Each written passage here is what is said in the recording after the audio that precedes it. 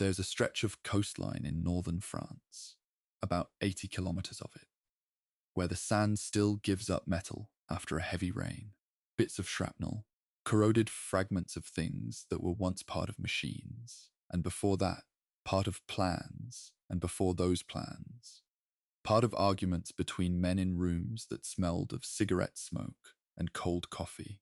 The farmers who work the land behind those beaches know this. They have known it for more than 80 years. They do not make a fuss about it. They simply set the metal aside and carry on. I want to start there.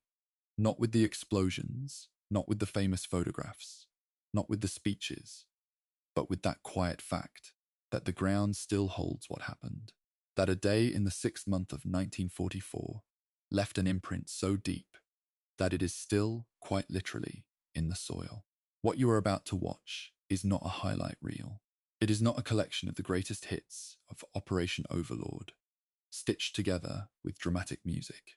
It is an attempt to sit with this story properly, to follow it from the moment someone first drew a line on a map and said, we have to go back into France, all the way through the planning, the deception, the waiting, the weather, and then the day itself, beach by beach, hour by hour, unit by unit, until the sun went down on the 6th of June, 1944, and the world was a different shape than it had been that morning. This is going to take some time. Pour yourself something. Get comfortable, because the men who lived this story did not get to rush it. The least we can do is give it the patience it deserves. If you are watching this for the first time, welcome. If you are coming back, you already know why. Stay with me. We are going back to the beginning. Chapter 1. The problem with France. Why a second front was the only option left. By the spring of 1943, the arithmetic of the war had shifted, but only just. The Soviet Union had held at Stalingrad, a grinding, months-long struggle in the rubble of a city on the Volga River that consumed one entire German army and rattled the confidence of Berlin in ways that would never fully recover. North Africa was nearly in Allied hands. The Italian campaign was about to begin. On paper, the news was better than it had been 2 years earlier, when Britain had stood essentially alone and the English Channel had been the only thing between German occupation and the British Isles. But better, in this war, was a long way from finished. The problem, as the Allied leadership kept returning to, was simple to state and brutal to solve. Germany would not collapse from the south. The Italian peninsula is a long, narrow corridor with a spine of mountains running down its center, and every ridge and river valley could be, and was, turned into a defensive line that cost weeks and thousands of lives to break. General Sir Harold Alexander, commanding Allied forces in Italy, had understood this almost immediately. You could grind northward through Italy for years and still not threaten the industrial heartland of the Reich. The road to Berlin did not run through Naples. It ran through France. The Soviet leader, Joseph Stalin, had been making this argument since 1942, bluntly, impatiently, and with a fury that his Western allies found uncomfortable and understandable in equal measure. His country was carrying the weight of the war on the Eastern Front. His armies were bleeding in numbers that Western planners struggled to comprehend.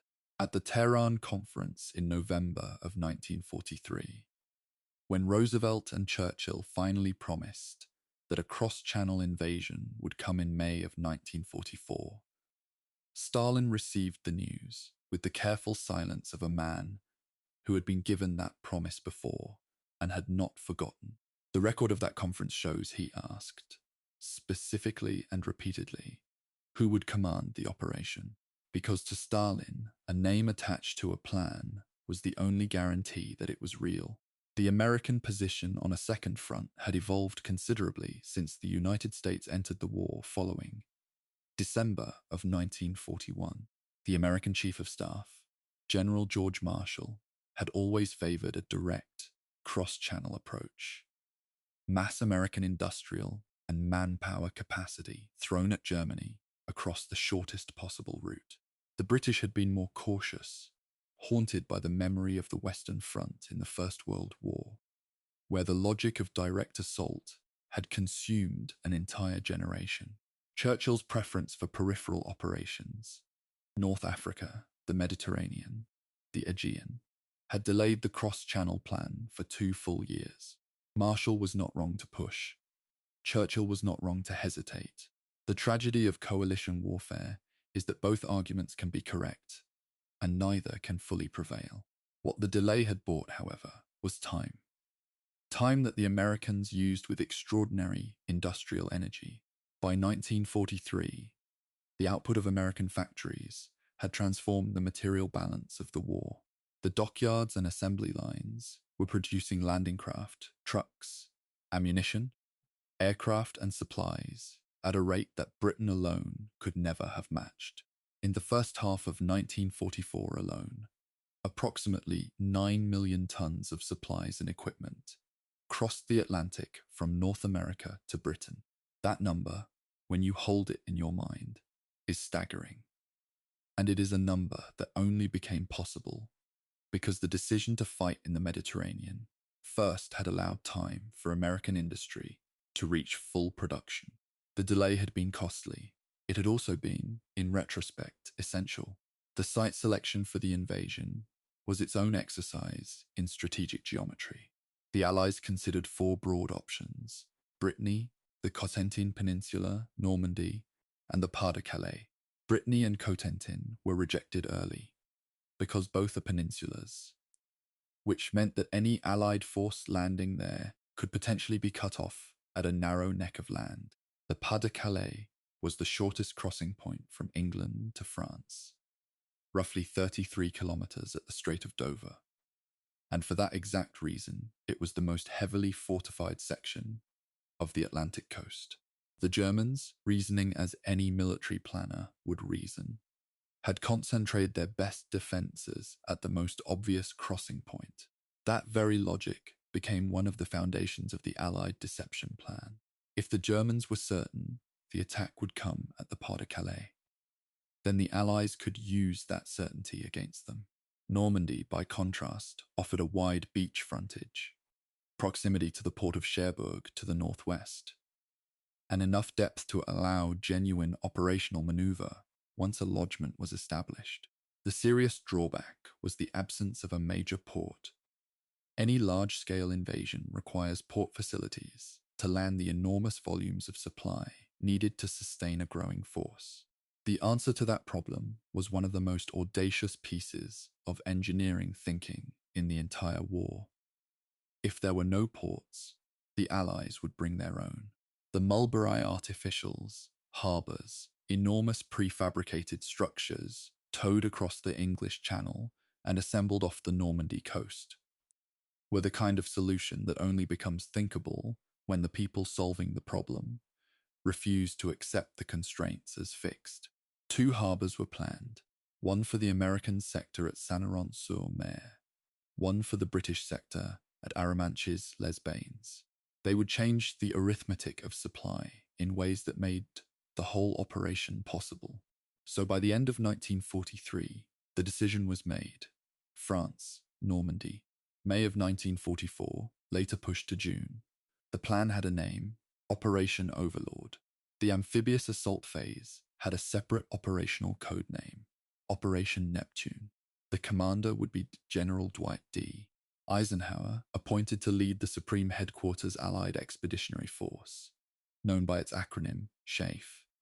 In December of 1943, General Bernard Montgomery was named commander of the 21st Army Group, responsible for all ground forces in the initial landing. When Eisenhower and Montgomery first reviewed the draft plan on the 31st of December, 1943, they both rejected it immediately on one specific ground. It was too small. The original proposal called for 3 assault divisions on a 25-mile front. Both generals insisted on 5 on a 50-mile front. That expansion required more landing craft. More landing craft meant more time. The invasion would slip from May to June. It was the right call, and it nearly unraveled everything. The scale of what was now being contemplated was without historical precedent. Eventually, 39 Allied divisions would be committed to the Battle of Normandy. 22 American, 12 British, 3 Canadian, 1 Polish, and 1 French, totaling more than 1 million troops.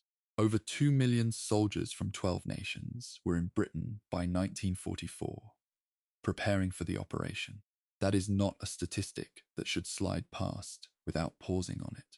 2 million people, all oriented toward a single objective, held inside a secrecy apparatus of extraordinary complexity, waiting for a window of weather over the English Channel that was narrow enough to make the planning feel like a gamble, even to the men who designed it. The burden on Eisenhower specifically was of a kind that is difficult to fully describe from the outside. He was not a combat commander in the traditional sense. He had never led men directly under fire. What he was, and what made him the right choice, was a coalition manager of rare skill, patient enough to accommodate Churchill's endless suggestions, firm enough to maintain the primacy of the cross-channel plan, politically sophisticated enough to navigate the competing national ambitions of his subordinates, and personally resilient enough to carry the weight of knowing that if the landings failed, the war in the West might not recover for years. On the evening of the 5th of June, 1944, before giving the final order to proceed, Eisenhower wrote a short note in pencil, taking personal responsibility for the operation in the event of failure. He put it in his pocket. He did not need it, but he had written it. Chapter 2, The Wall of Concrete. Hitler's Atlantic Fortress and its true weaknesses. The Atlantic Wall is one of those phrases from the Second World War that sounds more solid than it was. Hitler had ordered its construction in March of 1942, following the Allied raids on Saint-Nazaire and Dieppe. Raids that, while costly to the attackers, had demonstrated clearly that the Germans needed to prepare their coastline for a serious assault. The vision was vast. 15,000 separate fortified emplacements, manned by 300,000 troops, stretching from the northern tip of Norway all the way down to the Spanish border. A wall of concrete and steel that would break any invasion attempt before it could establish a foothold. It was, by any measure, an extraordinary engineering ambition. The reality, as with most things that exist in the space between ambition and resource, was considerably less complete. Shortages of concrete, steel, and most critically of trained labor, meant that vast stretches of the Atlantic coast were defended by shallow field fortifications, thin garrison forces, and the kind of improvised obstacles that reveal more about a shortage of materials than a surfeit of strategic confidence. The Pas-de-Calais sector was genuinely formidable.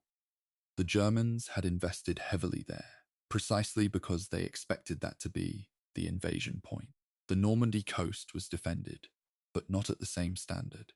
An intelligence officer reviewing the German preparations in Normandy in early 1944 would have seen a picture of significant but uneven strength, heavily dependent on fixed emplacements at key points and on mobile reserves that were, in fact, much less mobile than the plan required. The man placed in charge of improving those defenses in late 1943 was Field Marshal Erwin Rommel, commanding Army Group B. Rommel had earned his reputation in North Africa as an aggressive, intuitive commander who could read ground and act faster than his opponents could react. What he brought to the Atlantic Wall was that same restless energy, a man who drove himself along hundreds of kilometers of coastline, noting weaknesses, ordering improvements, and trying to solve a structural problem with personal force. He ordered millions of stakes, mines, and obstacles placed on the beaches and in potential airborne landing zones. He tripled the number of beach mines along the Normandy coast.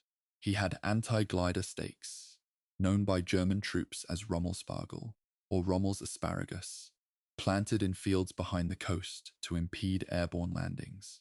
In the months between his arrival and the 6th of June, 1944. The defensive picture in Normandy changed significantly. It was not yet what Rommel wanted. It was far more dangerous than what had been there before. Rommel's strategic conviction about how to fight the invasion differed sharply from that of his superior, Field Marshal Gerd von Rundstedt, the Commander-in-Chief West. Rommel believed, correctly as events would show, that Allied air superiority would make large-scale movement of armoured reserves essentially impossible once the invasion began. The only chance was to stop the Allies at the waterline, to destroy the landing force before it could consolidate on the beach. Every hour a beachhead survived was an hour in which Allied logistics and reinforcement would compound the problem for Germany. Von Rundstedt and General Leo Geyer von Schweppenberg, commanding Panzer Group West, held the opposing view. Keep the armoured reserves concentrated centrally, around Paris and Rouen, identify the main Allied effort with certainty, and then deliver a decisive counterstroke. It was sound classical doctrine. It was, in the specific conditions of 1944 France, a recipe for paralysis. Hitler resolved the argument in the worst possible way, by splitting the difference. 3 panzer divisions were placed under Rommel's Army Group B for local defense. 3 were kept under Geyer's central command. 4 were retained as strategic reserves, not to be released without Hitler's personal order. This arrangement meant that when the invasion came, the armoured force best positioned to drive the Allies back into the sea was fragmented across 3 separate chains of command, 2 of which required approval from a headquarters that was, on the morning of the 6th of June, 1944, reluctant to wake their commander. The reserves that could have mattered most were held in place by a command structure that refused to move decisively until it was certain about Allied intentions. And Allied deception had been specifically designed to ensure that certainty never came. The German order of battle in Normandy on the eve of the invasion was a study in the contradictions that had accumulated across years of a war being fought on too many fronts simultaneously. Germany had 50 divisions in France and the Low Countries, with another 18 in Denmark and Norway. But combat losses on the Eastern Front had degraded the quality of many of these formations. German soldiers in Normandy were, on average, 6 years older than their Allied counterparts. Many units defending the beaches were Ostlegionen, conscripts and volunteers drawn from Russian, Mongolian, and other Soviet-occupied territories. Provided with unreliable captured equipment, without motorized transport, and without the kind of unit cohesion that makes infantry effective in crisis. The defenders of Utah Beach, for example, included significant numbers of men from the 709th Static Infantry Division, many of whom were Eastern Legionnaires for whom this was not their war in any meaningful sense. There is a particular irony in the German intelligence picture in the days before the 6th of June. Allied deception operations had been so successful that the Luftwaffe Meteorological Center in Paris was predicting 2 weeks of stormy weather for early June. The German reading of the weather, based on far less Atlantic data than the Allies possessed, concluded that conditions were unsuitable for a landing. Acting on that assessment, many senior Wehrmacht commanders left their posts to attend war games in Rennes.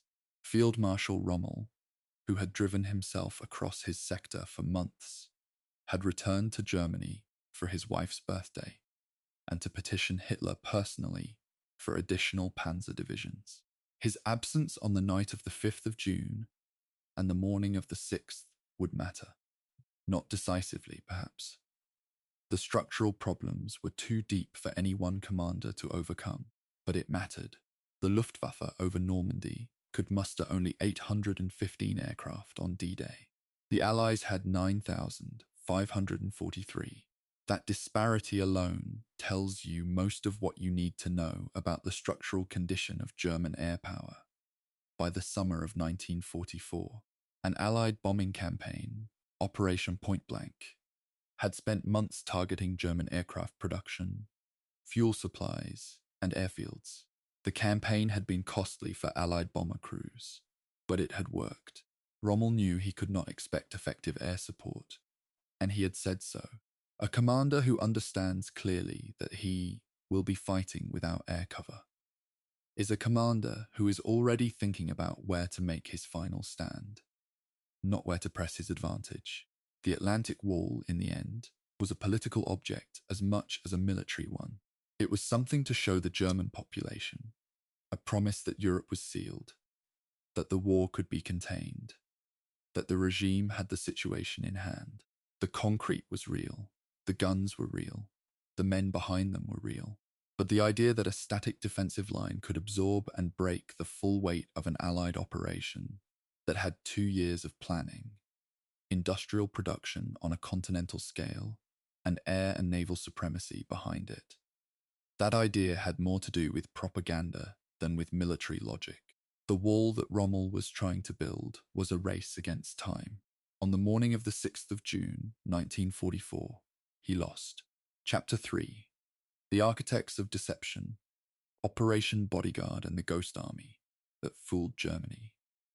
There is a version of the D-Day story that treats the deception operations as a clever footnote, a colourful sidebar to the real business of ships and tanks and men on beaches.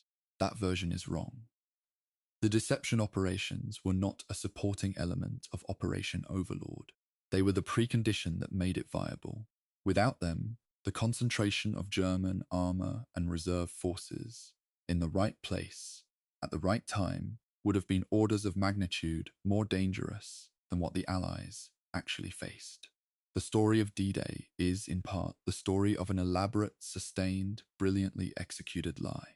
The umbrella for all Allied deception activity in the run-up to the invasion was Operation Bodyguard, a name taken from a remark Churchill had made at the Tehran conference, that in wartime, truth is so precious that she should always be attended by a bodyguard of lies.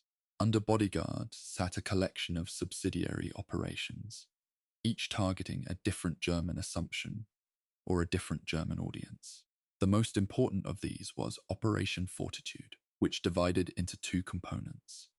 Fortitude North, a misinformation campaign using fake radio traffic to suggest a planned Allied invasion of Norway, and Fortitude South, a vastly more elaborate operation aimed at convincing Germany that the real invasion, whenever it came, would land not in Normandy, but at the Pas-de-Calais. Fortitude South was built around one central fiction, the existence of the first United States Army group, known as FUSAG, a massive, entirely fictitious formations, supposedly massing in Kent and Sussex, poised to strike at the Pas-de-Calais. To give the fiction weight, the Allies did several things simultaneously. They created elaborate fake radio traffic, hundreds of messages per day, that mimicked the communications pattern of a genuine army group preparing for an operation. They conducted physical deception.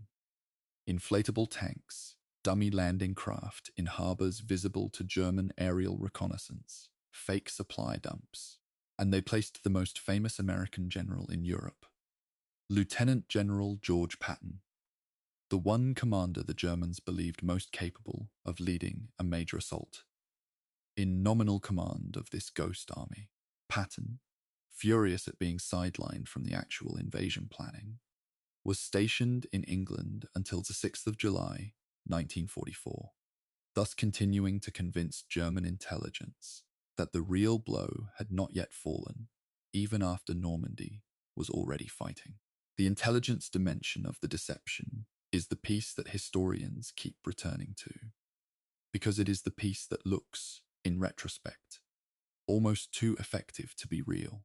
The British intelligence services had, over the course of the war, identified and turned every German agent operating in Britain. Not some of them, every single one. The German Abwehr believed it had a functioning espionage network in England, feeding reliable intelligence back to Berlin. In fact, every piece of intelligence that network produced was being written by British intelligence, reviewed for accuracy and plausibility, and then fed to Germany via radio transmitters operated by the turned agents under Allied supervision. This was the double-cross system. The Germans receiving what they believed were independent confirmations of Fusag's existence from multiple separate sources, had no reason to doubt what they were being told. When the Normandy landings came, Germany's first instinct, reinforced by intelligence reports from its own agents, was that it was a feint. The real attack was still coming. It was coming at Calais. The panzers that might have moved should stay in place. The deception extended to the skies directly above the English Channel on the night of the 4th to 5th of June. No, 617 Squadron RF, in an operation called Taxable, dropped strips of aluminium foil, the metal-based countermeasure known as window, in carefully calculated patterns over the channel near Le Havre. German radar operators, watching their screens, saw what looked like a large naval convoy moving slowly toward the Pas-de-Calais. Small vessels below towed barrage balloons to bolster the radar return. A similar operation, called Glimmer, was conducted near Boulogne-sur-Mer. Neither was the real fleet. The real fleet was already moving, in darkness and radio silence, toward Normandy. And on the beaches, Special Air Service operators had deployed dummy paratroopers over Le Havre and Isigny, triggering German responses that pulled defenders away from the actual landing zones. The resistance contribution to this picture is one that often receives less attention than it deserves. The British Special Operations Executive, coordinating with the French forces of the interior through their London headquarters, had prepared 4 specific sabotage plans to be activated on D-Day and the days following. Plan Vert was a 15-day campaign to destroy rail infrastructure. Plan Blue targeted electrical facilities. Plan Violet covered the cutting of underground telephone and teleprinter cables. Plan Tordu aimed at delaying enemy reinforcement columns. These plans were activated by coded messages transmitted through the BBC's French language service from London. Fragments of poetry, random sentences, literary quotations, broadcast among hundreds of innocuous messages to mask the significant ones. German intelligence detected an increase in BBC radio activity on the 5th of June and correctly assessed that an invasion was imminent. Most units, worn down by previous false alarms, ignored the warning. The results of these sabotage operations were measured and recorded. In the southeast of France alone, 52 locomotives were destroyed on the 6th of June, and the railway network was cut in more than 500 places. Normandy was effectively isolated from rapid reinforcement by the 7th of June, when German panzer divisions attempted to move toward the bridgehead in the days following the landing. They found themselves travelling on roads cratered by air attack, through a rail network that had been systematically dismembered, past telephone cables that had been severed, through a French countryside in which every act of resistance added friction to a German response that was already compromised by command confusion and Hitler's interference with reserve deployment. The deception did not win D-Day on its own, but without it, the battle on those beaches would have been a categorically different kind of contest. What the deception planners understood at a level of strategic sophistication that commands genuine respect was that you do not need to fool your enemy forever. You only need to fool them long enough. The window they needed was the hours and days immediately following the landing, when the beachhead was at its most fragile and the armoured counterstroke would have been most dangerous. By keeping German reserves uncertain, misdirected, and waiting for an attack at Calais that would never come, the deception bought the Allied beachhead the time it needed to consolidate. Every day the Germans hesitated was a day in which Allied logistics compounded. Every panzer division held in place was a division that could not push the men on those beaches back into the sea. Deception in this war was as much a weapon as a Sherman tank. And it worked. Chapter 4. The Weather Gamble. Group Captain Stagg, and the most consequential forecast in history.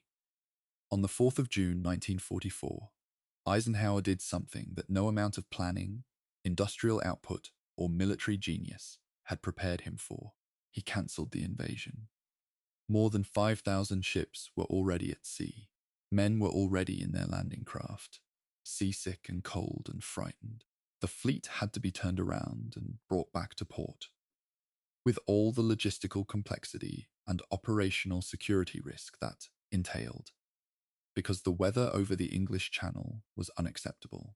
High winds, heavy seas, low cloud cover, conditions that would have swamped landing craft, grounded aircraft, and left infantry exposed on beaches with no air or effective naval support.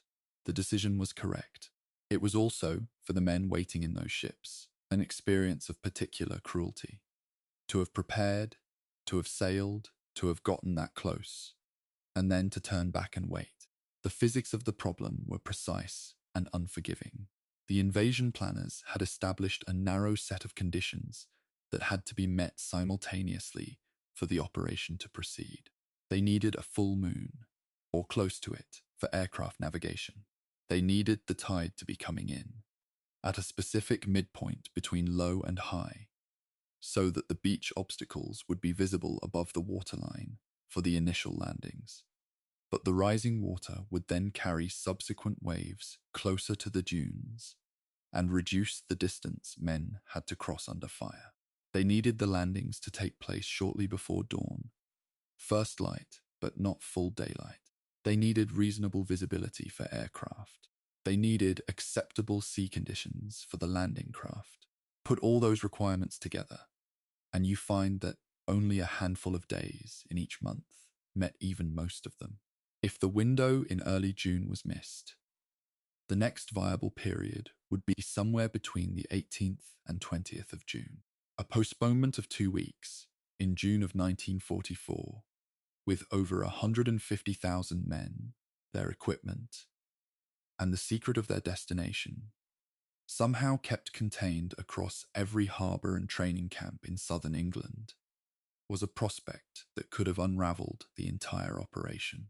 The man at the centre of this crisis was Group Captain James Stagg of the Royal Air Force, the chief meteorological advisor to Eisenhower.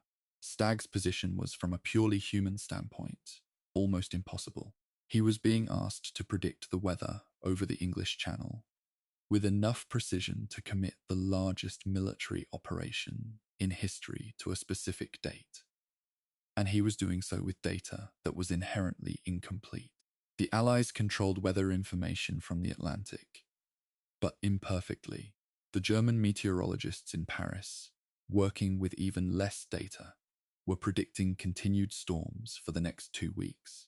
Stagg had to tell Eisenhower, on the evening of the 4th of June, something definitive about conditions 48 hours, knowing that if he was wrong in one direction, men would die on beaches without adequate support, and if he was wrong in the other direction, the invasion would be delayed indefinitely, with consequences that no one could fully calculate. What Stagg's team had identified, working through the night of the 4th of June, was a brief gap, a narrow clearing in the storm system, perhaps 36 hours of acceptable, if not ideal, conditions. Opening on the morning of the 6th of June, the winds would drop, the cloud would lift partially, the seas would ease, not perfect, not what anyone would have chosen, but workable barely for what they needed to do. Stagg presented this forecast to Eisenhower and his senior commanders at the evening conference. The discussion among those commanders was not, by the accounts that survived it, a tidy consensus. Some were prepared to go. Some had reservations. The final decision, as it had to be, was Eisenhower's alone. Eisenhower walked to a window. The accounts describe him standing there in silence for several minutes, looking at the weather outside. Then he said, and this is one of the very few quotations from the entire affair that contemporary records reliably preserve, "Okay, we'll go." Those three words set in motion the largest single military operation in the history of armed conflict, and they were spoken by a man who had just been handed a weather forecast that he could not verify, for conditions that were adequate rather than optimal, on a gamble whose stakes could not be measured in any currency that history had encountered before. The further detail that makes this moment ache with historical weight is what Eisenhower did afterwards. He composed a short statement, written in pencil, accepting full personal responsibility for the decision to proceed and for any failure that might result. The text of that note, kept in the Eisenhower Library in Abilene, Kansas, is dated the 5th of July, which historians note was a dating error, likely written in the tension of the evening of the 5th of June. It was found in his wallet and had never been sent. It is, as a document, the purest expression of what military command at that level actually means. Not strategy, not logistics, not firepower, but the willingness to stand alone with a decision whose consequences you cannot know. The German reading of the weather situation had a direct and dramatic effect on their readiness for the invasion, because the Luftwaffe Meteorological Service was predicting continued bad weather. The German command structure allowed itself to relax at precisely the worst moment. The war games in Rennes pulled senior officers away from their headquarters. Rommel was in Germany. The crews of German E-boats and patrol vessels, expecting no invasion in those conditions, were not on full alert. The coastal radar network had been substantially degraded by Allied air attack in the weeks before the landing, meaning that the approaching fleet was not detected by German radar until around 0200 hours on the morning of the 6th of June. By that time, the first Allied paratroopers were already in the air. The gap in the storm that Stagg had identified, and that the Germans had not, was the gap through which history moved. There is one more layer to this story that deserves to be said plainly. The major storm that the German meteorologists were right about, the one that Stagg's team had identified the brief gap ahead of, arrived on the Normandy coast from the 19th to the 22nd of June, exactly as the broader forecast had predicted. If the invasion had been delayed to the 18th of June, it would have launched directly into weather that would have made the Channel landings impossible. The artificial Mulberry Harbor in the American sector was so badly damaged by that storm that it had to be abandoned. The consequences of a 2-week delay are almost impossible to calculate, but they would not have been small. Stagg's forecast, made in the early hours of the 5th of June, was correct in the detail that mattered most. There was a window, it was narrow, and it would not come again. Chapter 5, The Longest Night, Airborne Operations Before Dawn. The 6th of June, 1944, began 12 hours before most people think it did. It began in the dark, over the fields and marshes of Normandy, when the first Allied paratroopers fell out of transport aircraft and into a night that had been shaped over months of planning to receive them. The airborne assault that preceded the beach landings was not preliminary to the main event. It was, in several crucial respects, the operation that made the main event possible. Without the paratroopers on the flanks, the men on the beaches would have faced German counterattacks from uncontested ground before they had time to establish themselves. The airborne forces were the door frame, and the beach landings were the door. On the western flank, the American mission fell to the 82nd and 101st Airborne Divisions, more than 13,000 men in total, delivered by Douglas C-47 Skytrain aircraft of the IX Troop Carrier Command.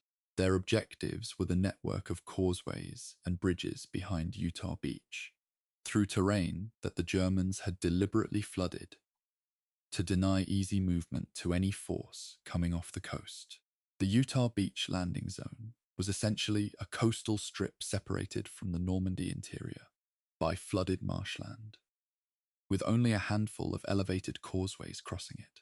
If those causeways were not in Allied hands when the beach infantry arrived, The men coming off Utah Beach would be trapped between the sea and an impassable flood plain with no way forward.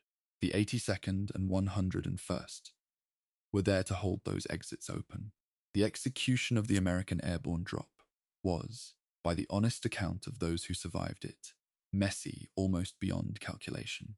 Thick cloud cover over the Cotentin Peninsula broke apart the tight formations the C-47s were meant to maintain, scattering aircraft across a wide area and causing them to descend to dangerously low altitudes to find their drop zones. Many paratroopers were dropped miles from their intended landing areas, in some cases into the flooded marshes, where men drowned in shallow water, weighed down by their equipment. Communications were poor. There was a shortage of radios, and the bocage terrain of Normandy, with its hedgerows and stone walls and sunken lanes, made movement and assembly difficult even in daylight. Some units did not reach their targets until the afternoon of the 6th of June, hours behind schedule. And yet, and this is the part of the story that requires holding two contradictory things at once, the chaos of the American drop may have contributed to its strategic effect. German commanders in the early hours of the 6th of June received fragmentary reports of parachute landings across a wide area with no clear pattern. The 7th Army received notification at 0120, but the scattered nature of the landings, the multiple small firefights erupting across a wide geographic area, created confusion rather than clarity. Rundstedt initially did not believe a major invasion was underway. The wide dispersal of the paratroopers, so damaging to unit cohesion, had the effect of fragmenting and confusing the German response. Men landing in the wrong place, in small improvised groups of mixed ranks and units, were still fighting, still causing disruption, still tying down German forces that should have been moving toward the beaches. The 82nd Airborne's capture of Sainte-Mère-Église in the early hours of the 6th of June is one of the most documented small unit actions of the entire day. The first town liberated in the Normandy invasion, taken by paratroopers who had largely landed in the wrong place and reorganized in the dark. The fighting for the bridges over the River Merdere was less clean, and the crossing at La Fière changed hands multiple times over the following days. The 101st Airborne, working to control the causeways, found that some of those exits had already been cleared by the 4th Infantry Division moving up from Utah Beach before all the airborne units had arrived, a measure of how disjointed the night's operations had been, and how the beach landings and the airborne drops were never quite the synchronized operation the plan envisioned, but something more improvised and human than that. On the eastern flank, the British 6th Airborne Division had a different character of mission, and, partly for that reason, a different character of outcome. Their objectives were specific and demanding. Capture intact the bridges over the Caen Canal and the River Orne to allow British forces to push east from Sword Beach. Destroy 5 bridges over the Dives River to prevent German reinforcement from the east, and eliminate the Merville gun battery, which covered the approach to Sword Beach, and could, if left active, direct fire onto the landing craft and infantry arriving with the morning tide. Each of these tasks was a discrete engineering and infantry problem, requiring precise navigation and rapid execution in darkness, against defences that had been prepared to resist exactly this kind of attack. The bridge operation, what later became known as the capture of Pegasus Bridge, was the first Allied action of D-Day, beginning at 0016, roughly 12 minutes after midnight. 6 Horsa gliders, carrying men of the Oxfordshire and Buckinghamshire Light Infantry, approached the bridges in darkness, using a navigational technique that required extraordinary precision from the pilots. The gliders landed within meters of the bridges, and the infantry were across and in control before the German garrison could mount an effective response. Both bridges were taken intact. It was, by any standard, a remarkable piece of military execution, and it was achieved before most of England even knew the invasion had started. The men who held those bridges through the hours that followed, waiting for the commandos from Sword Beach to march across and relieve them, were holding a hinge point of the entire eastern flank. The Merville Battery assault tells a harder story. The 9th Battalion had been tasked with neutralizing a fortified coastal battery that intelligence believed to be armed with heavy 150mm guns covering the Sword Beach approach. The operation required 600 men in a coordinated assault. When Lieutenant Colonel Terence Otway gathered his force at the rendezvous point, only 160 men had arrived, less than a third of his force. The rest were scattered across Normandy, delayed by the imprecise drop. Otway faced a decision: wait and lose the time window, or attack with what he had. The battery had to be neutralized before 0600 hours, before the landing craft arrived at Sword Beach. He attacked. Allied forces disabled the guns using explosive charges at a cost of 75 casualties from a force of 160, nearly half his men. When the position was examined, the guns were 75mm weapons, not the 150mm heavy artillery that the intelligence estimate had projected. The men had paid the price for a threat that turned out to be smaller than advertised. That does not diminish what they did. It adds a particular bitterness to it. Chapter 6. The Beaches. 5 landings and the miles between. The naval bombardment that preceded the beach landings began at 05:45 on the morning of the 6th of June, while it was still dark over the Normandy coast.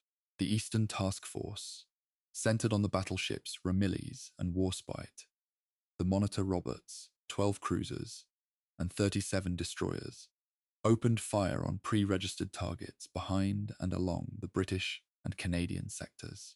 The Western Task Force, including the battleships Arkansas, Nevada, and Texas, plus 8 cruisers and 28 destroyers, worked the American sectors. The noise and physical concussion of a naval bombardment at that scale is something that defies easy description.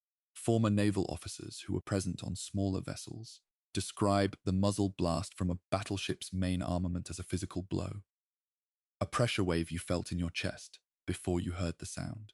The bombardment's effectiveness varied sharply by beach. At Utah, where the terrain was relatively open and the fortifications less concentrated, naval gunfire suppressed much of the German coastal defense. At Omaha, where the high bluffs overlooking the beach meant that many of the defensive positions were on reverse slopes, and in the cliffs themselves, the bombardment was significantly less effective.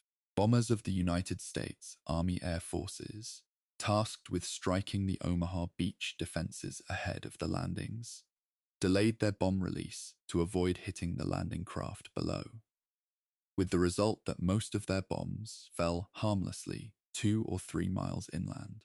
The defenses of Omaha Beach were largely intact when the first landing craft touched down. The men going in at Omaha had no way of knowing that yet. They were about to find out. Utah Beach, on the western end of the Allied line, was in some respects the landing where chance intervened most openly. Strong winds and tidal currents pushed the initial assault waves roughly 2 kilometers south of their intended landing point, depositing them on a stretch of beach where German defenses were lighter and the terrain more open than the planned sector. Brigadier General Theodore Roosevelt Jr., the only general officer to land with the first wave on D-Day, walked the beach under fire with a walking stick, assessed the situation, and gave an order that became one of the day's more celebrated pieces of improvised military decision-making. They would start the war from here. Rather than attempting to correct back to the intended landing zone, the assault would proceed from where it had landed. The casualties at Utah on the 6th of June were the lowest of any of the 5 beaches, fewer than 200 killed. The 4th Infantry Division was moving inland by mid-morning. working to link up with the paratroopers of the 82nd and 101st Airborne.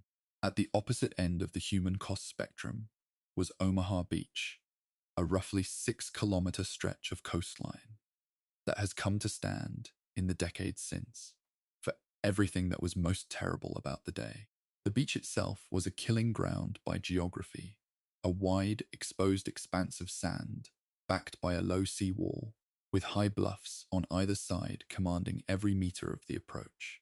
The defensive force holding Omaha was the German 352nd Infantry Division, a full-strength formation of approximately 12,000 men that Rommel had placed there in mid-March after concluding that the Normandy coast needed to be reinforced. Allied intelligence had not fully identified this movement. The men going in Omaha expected a lighter defense than the one they found. The duplex drive tanks, the specially modified Sherman tanks fitted with flotation screens that were intended to provide armored support for the infantry landing, fared catastrophically in the rough seas at Omaha. The flotation screens had been designed for calmer conditions. Of the 29 DD tanks launched for the Omaha assault, 27 sank before reaching the shore. The infantry arrived on the beach essentially without armor, without the suppression from tanks that had covered the landings at the other beaches, and found themselves in the open under fire from positions that the naval bombardment had not neutralized. The American soldiers who held the bluffs at Omaha by late morning, who crossed that beach, climbed those cliffs and took those positions, did it through a sustained human effort that no training program and no logistics plan could have engineered. They just did not stop, even when almost everything about their situation argued for stopping. Gold Beach, roughly 20 kilometers east of Omaha, was assigned to the British 50th Northumbrian Infantry Division of Fexenth Corps. The landing went comparatively well. The term is always relative on a day of this kind, but by the standards of Omaha, the initial assault at Gold established itself with purpose. Flail tanks, which were modified Sherman tanks, fitted with rotating chains to beat paths through minefields, opened lanes for the infantry. Self-propelled artillery landed mid-morning, providing close support fire against the fortified positions that the naval bombardment had not fully suppressed. The town of Le Hamel held out for most of the day, and the assault on the gun battery at Longues-sur-Mer was a difficult and precise engagement. By the end of the 6th of June, 25,000 troops had landed at Gold Beach, and the beachhead was secure enough to begin the next day's consolidation. Juno Beach was the Canadian sector, assigned to the 3rd Canadian Infantry Division of British First Corps. The initial situation, as the historians of the National World War II Museum record it plainly, looked bleak. The landing craft arrived late, delayed by rough seas, which meant the tide had risen, covering the beach obstacles that were supposed to be visible above the waterline. The Canadians lost 90 of their 306 landing craft to enemy fire, mines, and those submerged obstacles in the first hour. The beach at Juno was narrow, backed by a seawall and heavily defended houses, and the early waves of infantry found themselves bunched and exposed. By 2 in the afternoon, however, Canadian forces had broken through the shore defenses, a product of armored support, naval gunfire, and the kind of infantry momentum that is easier to describe than to explain. 21,400 troops landed at Juno on the 6th of June. They pushed further inland than any other Allied force would manage that day. Sword Beach, the easternmost of the 5 landing zones, was assigned to the British 3rd Infantry Division. The beach frontage was narrow, which constrained the initial assault to a single brigade and created congestion on the shore that slowed follow-on waves and made the build-up of forces more difficult than planned. Naval gunfire and armored support enabled the first troops to push roughly 1,000 yards inland by 9 in the morning. By mid-afternoon, commandos of the 1st Special Service Brigade had marched over the Orne bridges, captured in the early morning glider assault, reportedly accompanied by a lone bagpiper, a detail that has passed into the folklore of the day, and linked up with the 6th Airborne Division to secure the eastern flank of the entire lodgment. The counterattack by the 21st Panzer Division, with 90 tanks and 2 motorized infantry battalions, was the most serious German armoured threat of the day in the British sector. It was repelled. The mathematics of the 6th of June, 1944, by the end of the day. 156,000 Allied soldiers had landed on a 50-mile stretch of Normandy coastline, supported by 6,939 vessels from 8 different navies and nearly 10,000 aircraft. Allied casualties numbered more than 10,000, with 4,414 confirmed killed. German casualties were estimated between 4,000 and 9,000, killed, wounded, missing, or captured. 5 beachheads had been established. None of the day's major inland objectives, Carentan, Saint-Lô, Bayeux, or Caen, had been taken. Juno and Gold were the only 2 beaches linked by nightfall. The situation was fragile, contested, and enormously complicated. It was also, unmistakably and irreversibly, a foothold. After 4 years of occupation, France had an Allied army on its soil that was not going back into the sea. Chapter 7. The weight of the lodgment, holding what was won. The morning of the 7th of June, 1944, arrived over Normandy with a kind of quiet that the men on the ground did not entirely trust. The guns had not stopped. They would not stop for weeks, but the particular chaos of the landing had given way to something different. The grinding, methodical work of turning 5 separate beachheads into a single coherent front. The men who had fought their way off those beaches the previous day were digging foxholes in French fields, counting ammunition, and waiting to find out whether what they had done was the beginning of something, or merely the prologue to a catastrophe that had not yet fully announced itself. The Allied High Command, watching from England, was asking the same question with greater access to maps and considerably less access to sleep. The fundamental problem of the morning after was consolidation. 5 beachheads existed. They needed to become one. The gaps between them, particularly the gap between the American sector at Omaha and the British sector at Gold, and the more dangerous gap between Omaha and Utah to the west, were open country in which German forces could, if they moved quickly and coherently, drive a wedge that would separate the 2 Allied army groups and potentially force a crisis of supply and reinforcement. The Allies had landed with enough men and material to hold what they had, but the margin was thin, and the German High Command, for all its confusion in the first hours of the 6th of June, had not been destroyed. It had been disrupted. Disruption, in a well-organized army, is a temporary condition. The town of Bayeux became the first significant urban center liberated in the campaign, falling to British forces on the 7th of June without the kind of prolonged street fighting that had been feared. The town was intact, which is worth pausing on.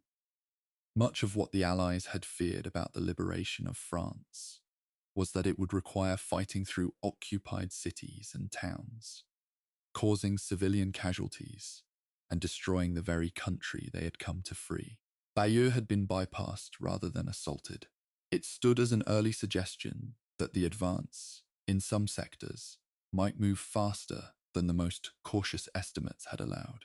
General Charles de Gaulle arrived in Bayeux on the 14th of June to deliver a speech to the civilian population, the first French territory under Free French authority, and the reception he received told its own story about the weight of 4 years of occupation. The people of Bayeux came into the streets in considerable numbers, and what they felt was not merely relief but something more complicated. A recognition that the world they had lived in since 1940 was ending, and what came next was not yet visible. The port of Cherbourg at the tip of the Cotentin Peninsula, was the primary American strategic objective in the first weeks after the landing. Without a major port, the Allied supply situation depended entirely on the Mulberry harbors and the improvised logistics of supply ships beaching directly on the sand, a system that worked in calm weather and broke down in rough. The 7th Corps, commanded by General Joseph Collins, was assigned to cut across the Cotentin Peninsula, isolate Cherbourg from the south, and then reduce the port's defenses. Collins was an aggressive, methodical commander who had proven himself in the Pacific.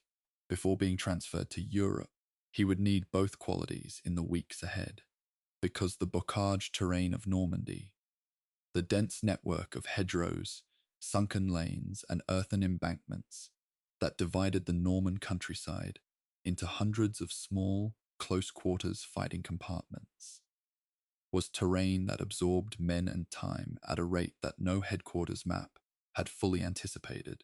The bocage problem deserves more attention than it sometimes receives in standard accounts of the Normandy campaign, because it fundamentally shaped the character of the fighting in the American sector for the entire month of June. The hedgerows of Normandy were not decorative garden features. They were ancient field boundaries, sometimes 10 feet high and several feet thick at the base, rooted in earthen banks that had been accumulating since the medieval period. A tank could not see over them, could not easily push through them, and could not go around them without using roads that were overlooked by the next row of hedges. A German machine gun crew in a hedgerow corner had a field of fire over a paddock that attackers had to cross in the open. The tactical problem of clearing each hedgerow was a small battle in itself, and there were thousands of them between the beaches and the Loire. The American infantry of June and early July developed improvised techniques, explosives, modified tank plows, close coordination between armor and infantry, to solve a problem that the pre-invasion planning had not adequately addressed. It was learning by doing, and the tuition was paid in casualties. The German reinforcement picture in the days following the landing is one of the most studied and historiographically contested aspects of the whole campaign. The question of how quickly German armor might have concentrated against the beachhead, had it not been for Hitler's interference and the success of Operation Fortitude in convincing Berlin that Normandy was a feint, has produced a range of assessments from different historians that resist easy resolution. What the record shows clearly is that the key German armored formations were slow to arrive at the front, and that when they did arrive, they came piecemeal, without the concentrated mass that might have produced a decisive counterstroke. The 12th SS Panzer Division, Hitlerjugend, one of the most formidable formations in the German order of battle, arrived in the British sector on the 7th and 8th of June and engaged the 3rd Canadian Infantry Division in fighting near Buron and Orthy. That was exceptionally violent, even by the standards of this campaign. The Germans drove the Canadians back in several places. They did not break through, but the cost on both sides was severe, and it established immediately that the battle for Normandy was not going to resolve itself quickly. In the American sector, the 1st Infantry Division, the Big Red One, whose men had also stormed the beaches at Sicily, was fighting through the lanes and fields behind Omaha Beach, with the particular combination of experience and exhaustion that characterized veteran units in this war. To their right, the 29th Infantry Division, which had suffered heavily at Omaha, was still processing what it had been through the previous morning while being asked to advance. There is a particular quality to the fighting in those first days that the operational histories tend to smooth over. The absolute confusion at platoon and company level, the lack of reliable maps for the minor roads and farm tracks, the difficulty of distinguishing friend from enemy in terrain that reduced visibility to the next hedgerow, The accumulated sleeplessness of men who had been awake for more than 48 hours before they had even fired a shot in anger. Command at the senior levels was directing an operation that, at the junior levels, was being conducted by very young men trying to stay alive and keep moving in conditions for which peacetime military training was, at best, partial preparation. The supply situation in the first week was precarious in ways that the official histories tend to understate. On the 7th of June, the British sector was receiving supplies through a combination of the Mulberry Harbour framework under construction at Arromanches and direct beach unloading. The American sector was working entirely from beach supply, which was weather dependent and space constrained.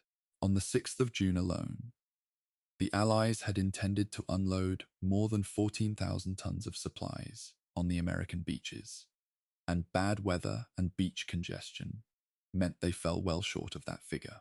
Ammunition expenditure, particularly for the artillery that was keeping German counterattacks from developing, was running ahead of resupply rates. The balance was manageable for the moment. The operational staffs knew it would become critical if the front did not move and the Mulberry Harbors did not come online. By the 8th of June, the American Omaha and Utah beachheads were connected. The gap between them closed by forces moving inland from both directions. Isigny-sur-Mer was taken on the 9th of June.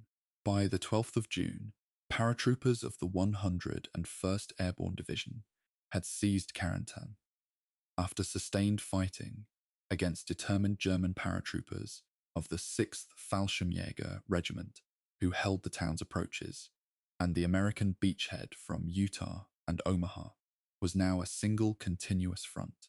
On the same day, in a clearing near the town of Montebourg, representatives of all 5 Allied beachheads confirmed physical contact with adjacent units. The lodgement was not just 5 beachheads anymore. It was one. It covered roughly 90 kilometers of the Normandy coast and extended between 5 and 18 kilometers inland, depending on the sector. It was holding. It was being fed. It was going to be very difficult to remove. The broader strategic picture, as Eisenhower and Montgomery reviewed it on the 10th of June at their first meeting in Normandy. Eisenhower arriving by destroyer, coming ashore at the Mulberry construction site, was one of cautious optimism tempered by the awareness that the real test was still ahead. The Allied foothold was secure but shallow. The critical communication hub of Caen, which Montgomery had spoken of taking on D-Day itself, was still in German hands and looked like remaining so for some time. The German position at Caen was becoming the pivot of the entire battle, a hinge that the Germans had to hold to prevent the Allies from breaking out onto the open ground to the south and east, and that the Allies had to prise open to give their armour room to manoeuvre. The fight for Caen would define the next 6 weeks of the Normandy campaign, and the arguments about Montgomery's conduct of that fight would echo in the historical literature for decades. But that story belongs to the weeks ahead. On the 10th of June, the first task, getting ashore and staying there, was complete. Chapter 8, Caen, the city that would not fall. Caen sits at the centre of the Normandy plain in a way that would have been obvious to any staff officer running a finger across a map of northern France. It commands the main road network, connecting the invasion beaches to Paris. It sits above gently rolling ground that, south and east of the city, opens into exactly the kind of terrain that armoured formations need to move and fight effectively. Flat, firm, with long fields of view. The Allies needed Caen. Montgomery had said, in the planning phase, that the city would be taken on D-Day. It was not taken on D-Day. The argument about why it was not, and whether that failure represented a strategic shortcoming or an unavoidable consequence of the ground situation, is one that the historians of the Normandy campaign have been conducting with considerable energy since the summer of 1944, and it shows no sign of being settled to everyone's satisfaction. The 3rd British Infantry Division, landing at Sword Beach, had Caen as its D-Day objective, roughly 10 kilometers inland from the shoreline. The 21st Panzer Division's counterattack in the afternoon of the 6th of June had stopped the British advance north of Caen and established a defensive line that held through the night. By the 7th of June, the 12th SS Panzer Division was in position east and northeast of the city, and Caen had become something qualitatively different from what it had been 24 hours earlier. No longer an objective on an advance, but a fortified position in the hands of some of the most capable armored and mechanized infantry formations in the German order of battle. Taking it now would require a genuine battle, not an advance against rear area troops. The British and Canadian attacks against Caen in June and early July followed a pattern that frustrated the men conducting them, and in some cases their commanders, though the reasons for that frustration were more complicated than the simple narrative of Montgomery being too cautious tends to suggest. The approach to Caen from the north was across ground that channeled any armoured advance through predictable corridors, each of which the Germans had registered for their artillery and anti-tank guns. The Tiger tank, which the 12th SS Panzer Division employed in numbers in this sector, carried an 88mm gun with sufficient penetrating power to defeat Allied tank armour at long range, well beyond the effective range of the principal Allied tank gun, the American 75mm. Allied armoured formations attacking toward Caen were running into a tactical environment in which the primary weapons of the two sides were not in balance. The Allies had more tanks. The Germans in this sector had better ones, better armoured, better armed, and they were on the defensive, choosing their ground. Operation Perch, launched in mid-June, was an attempt to encircle Caen from the southwest, rather than assault it directly from the north. The 1st Northamptonshire Yeomanry and elements of the 7th Armoured Division, the Desert Rats, veterans of North Africa, were to swing around the German flank and threaten the city's rear. The operation came very close to achieving a significant breakthrough at Villers-Bocage, a small town roughly 15 kilometers southwest of Caen, before a combination of German armored action and command confusion brought it to a halt. At Villers-Bocage, a single German Tiger tank, commanded by SS Obersturmführer Michael Wittmann, engaged a column of the 22nd Armored Brigade, destroying a number of vehicles in a single action that effectively ended the 7th Armored's momentum and allowed the Germans to consolidate a new defensive line. The incident has been analysed with considerable care by military historians ever since. There is a debate about the precise sequence of events and the number of vehicles destroyed in the engagement that has not been fully resolved. What is not debated is the result. The 7th Armoured withdrew, and the opportunity to turn Caen's southern flank from that direction was lost. The argument about Montgomery's conduct of the Caen battle divides broadly into two camps that have been identifiable in the historical literature since the 1960s. One position holds that Montgomery, having failed to take Caen on D-Day, conducted a series of limited operations that achieved less than the resources committed to them could have produced, that he was too methodical, too unwilling to accept the costs of a genuinely aggressive pursuit, and that a more aggressive commander might have broken through earlier and shortened the Normandy campaign. The opposing position holds that Montgomery's strategy, whatever its presentation problems, was working at the operational level. That by drawing the bulk of German armoured strength to the British and Canadian sector around Caen, he was grinding it down and setting the conditions for the American breakout that eventually came in late July. This latter view has attracted more scholarly support in recent decades, partly because the German records, which became fully available to Western historians only gradually after the war, show clearly that the panzer strength in the Caen sector was indeed being consumed at a rate that German industry could not replace. Both interpretations have merit. Both interpretations are incomplete. The truth, as it tends to be in the study of operational history, is somewhere in the space between. Operation Epsom, launched on the 26th of June, was the largest British offensive effort in the first month of the campaign. 8 corps comprising 3 infantry divisions, 2 armoured brigades, and substantial artillery was to cross the River Odon west of Caen and establish a bridgehead from which the high ground of Hill 112 could be taken, and Caen threatened from the south. The scale of the supporting artillery, over 700 guns firing on the opening barrage, was the largest concentration of British artillery since El Alamein. The operation made progress. The Odon was crossed, a bridgehead established.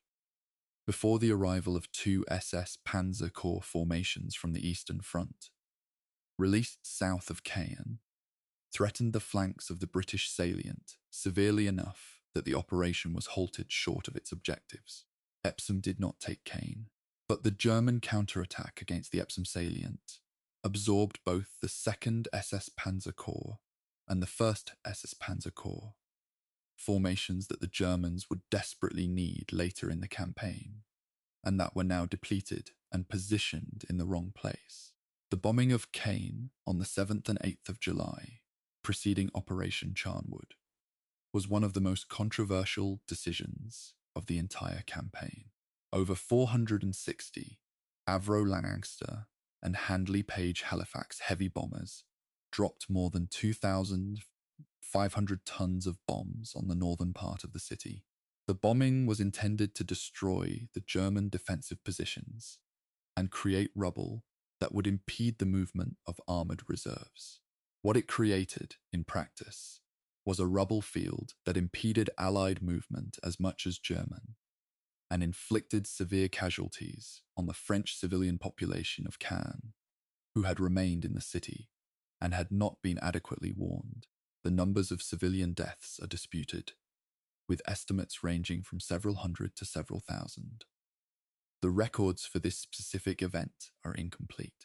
That the bombing caused substantial French civilian casualties and achieved more limited military effect than was hoped is not in serious historical dispute. Charnwood began on the 8th of July and involved 3 infantry divisions attacking from the north. By the 9th of July, British and Canadian forces had cleared the northern half of Caen and reached the River Orne that bisected the city. The southern half, however, remained in German hands. The bridges over the Orne had been destroyed, and the Germans had established a new defensive line on the southern bank. Caen was in Allied hands, technically, but the open country south of it, which was the operational prize, was still defended by German armour that had not been dislodged. A further operation, Goodwood, would be needed in late July to attempt the breakout. The city of Caen itself was not fully in Allied hands until the 20th of July, 44 days after D-Day. What Caen had become by the second half of July was a ruin. The sustained fighting, the bombing, the weeks of artillery exchange had reduced much of a medieval Norman city to rubble in ways that Allied planners in London had told themselves, perhaps not entirely honestly, could be avoided. The Abbaye aux Hommes, founded by William the Conqueror in the 11th century and used as a shelter by thousands of Caen's civilian population during the battle, survived. Much of the city around it did not. The French civil affairs teams who entered Caen in July found a population that had endured weeks of bombardment in cellars and ancient stone buildings, eating what they had without regular water or electricity, with the dead sometimes beyond the reach of proper burial. The relationship between the liberation and the liberated was, in Caen in the summer of 1944, not an uncomplicated one.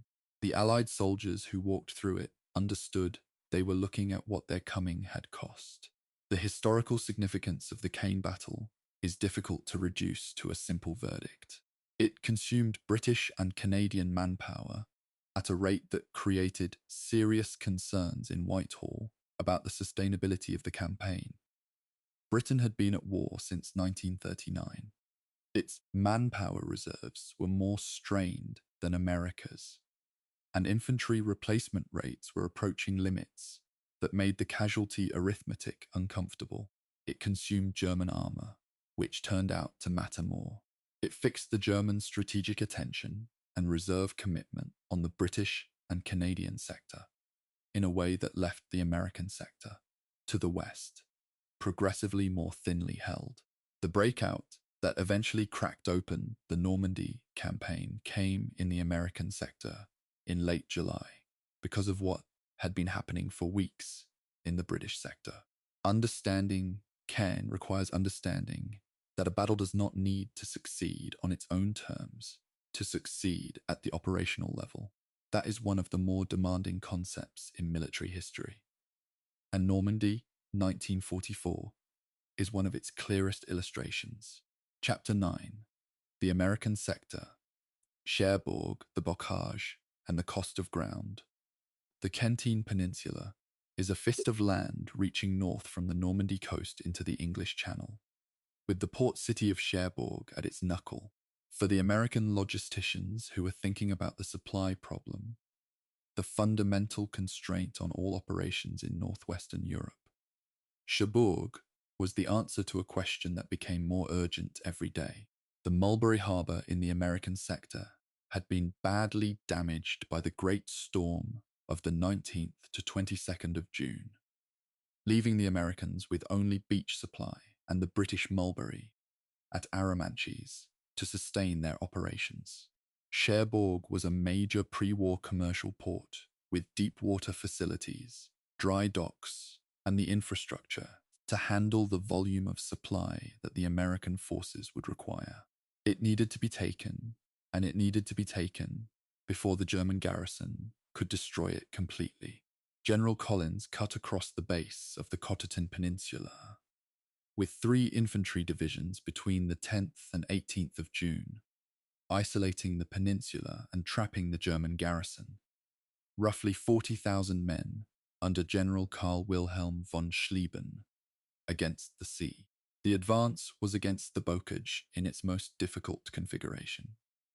The terrain north of Saint-Lô and across the base of the peninsula was exactly the kind of close, hedgerow-bound ground that slowed everything and cost the most.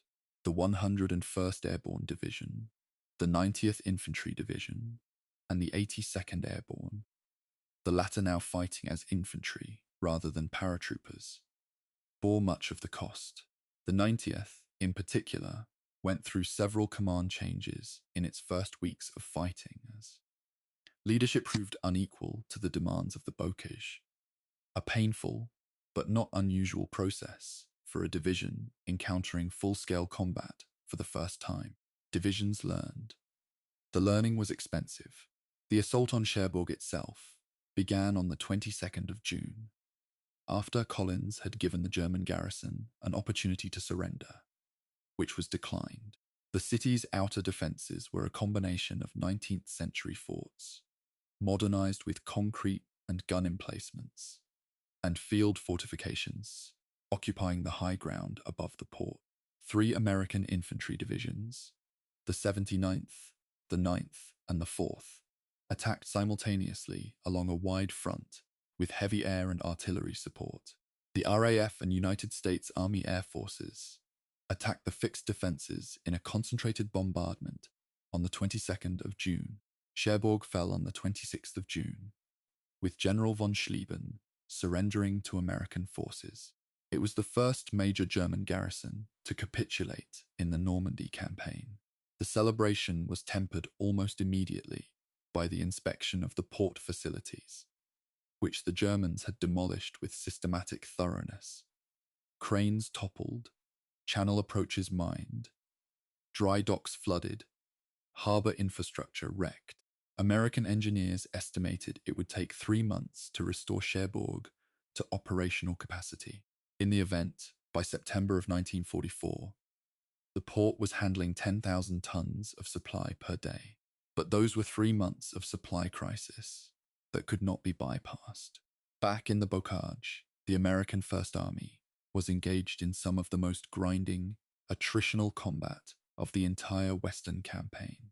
The axis of advance southward from Omaha Beach towards St. Lo was a series of operations, named, filed, and largely forgotten by history, each covering a few kilometers of Norman farmland, each costing hundreds of casualties per division per week, each yielding ground that from the air looked identical to the ground that had just been paid for.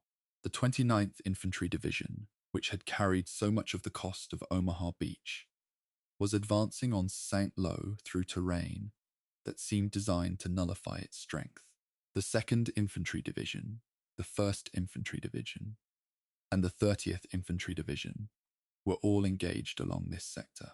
Divisional casualty rates for American infantry in the bocage during June and early July ran at between 3 and 5% per week, a rate that, maintained over the 6 weeks of bocage fighting, could exhaust a division's infantry strength entirely. The medical system supporting these operations was, by any objective measure, the most effective such system any army had ever deployed in the field. Forward aid stations behind the bocage were staffed by medical officers who had trained specifically for mass casualty combat surgery. Whole blood transfusions, a relatively recent innovation in field medicine, replacing the older practice of plasma alone, were available from forward depots. Penicillin, introduced to battlefield medicine in the North African campaign, was available in the European theatre by 1944 and had transformed the treatment of wound infections that had been routinely fatal in previous wars. The survival rate for Allied soldiers who reached a medical station alive in the Normandy campaign was substantially higher than in any previous large-scale land battle.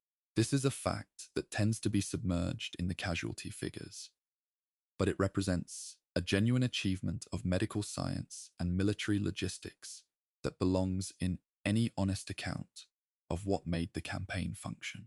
The town of St. Lo had been a communications hub. Roads from Normandy's interior converged on it, and whoever held St. Lo held the key to the road network south of the American sector. It had also been bombed repeatedly before the invasion as part of the transportation plan, and when American forces finally entered it on the 18th of July, they found a city reduced to rubble on a scale that exceeded even Caen. The liberation of St. Lo cost the 35th Infantry Division and 29th Infantry Division together some of the heaviest casualties they sustained in the entire European campaign. The journalist Ernie Pyle, reporting from the American sector in those weeks, wrote about the exhaustion of the infantry with a plainness and directness that distinguished his work from the more heroically framed dispatches of some of his contemporaries. He was watching the same thing the officers were watching. Men reaching the edge of what sustained combat does to a human being, and continuing anyway because the alternative was to stop. And stopping was not an option that the situation offered. The German forces opposing the American advance in this sector include several formations of the 7th Army, commanded by General Friedrich Dollmann, who died on the 28th of June. The official German record states heart failure, though some accounts suggest suicide, and the historical consensus on this specific point remains uncertain. His replacement, General Paul Hauser, commanded the 2nd SS Panzer Corps and was an experienced and capable officer, but he was fighting a defensive action with forces that were being depleted faster than they could be replaced. The Panzer Lehr Division, one of the elite armoured formations that had been concentrated to oppose the Allied landing, had been in continuous combat since the 7th of June, and by mid-July was a fraction of its original strength. German infantry divisions in the 7th Army's sector were reporting effective combat strengths of sometimes less than a third of their nominal establishment. The army was fighting hard, holding ground, inflicting casualties, and wearing down. The air-ground-ground coordination that the American forces developed during the Bocage fighting was an adaptation of techniques that had been worked out in the Italian campaign, refined for the terrain and pace of Normandy. The P-47 Thunderbolt, operating at low altitude with bombs and rockets, proved highly effective at direct support of ground forces once the control system, built around forward air controllers moving with the infantry, was functioning properly. The early weeks in Normandy revealed significant weaknesses in this system. Aircraft sometimes tacked friendly forces. The communication links between air and ground were unreliable in the Bocage. And the decision-making about when close air support was available involved coordination between echelons that was slower than the situation on the ground often required. These problems were progressively solved. By the time Operation Cobra was ready in late July, the air-ground coordination in the American sector had become a weapon system of genuine operational power. The morale picture in the American sector during June and July is one that the official histories handle carefully and the unofficial accounts handle more honestly. Men in the Bocage were not experiencing the kind of war that the training films, the patriotic posters, or the newspaper dispatches from London had described. They were in small holes in the ground in rain-soaked Norman fields, watching their friends die at close range, advancing hundreds of yards a day against defenders they could rarely see, in terrain that felt specifically designed to prevent the kind of open, maneuvering warfare that American doctrine had prepared them for. Morale was not collapsing. The American infantry divisions in Normandy were not breaking, not refusing orders, not disintegrating. But the gap between the war imagined and the war experienced was wide. And the men who lived inside that gap were doing it with a resilience that should be named plainly, without euphemism or inflation. The fall of Saint-Lô on the 18th of July was not, by itself, a strategic breakthrough, but it was the precondition for one. With the town and its road network in American hands, the front south of the beachhead had been pushed back enough to give Eisenhower planners the room to design the operation that would finally crack the Normandy campaign open. That operation, Operation Cobra, was already in the final stages of planning. It would launch on the 25th of July, and it would change everything. But before that, one more act of the Normandy drama was playing out in the east, in the fields south of Caen, where Montgomery had assembled the largest armoured force ever deployed by the British Army for a single operation. Chapter 10. Goodwood and Cobra. The breakout that changed everything, Operation Goodwood, was conceived, launched, and ended in 3 days. The 18th to the 20th of July 1944. And the argument about what it was supposed to achieve, and whether it achieved it, began almost before the guns stopped firing, and has not concluded since. Montgomery described the operation, in the briefings that preceded it, as a major armoured thrust southeast of Caen that would draw German forces onto the British sector and potentially break through to the plain beyond. American commanders, particularly Eisenhower and his Chief of Staff, General Walter Bedell Smith, understood it as the breakout that would open the campaign. The British armoured commanders who led it understood it as a limited operation constrained by ground, German defensive depth, and the political necessity of demonstrating British offensive activity at a time when Allied patience with the stalled front was running thin. These three different understandings of the same operation helped ensure that when its results were measured against expectations, everyone found something to be disappointed about.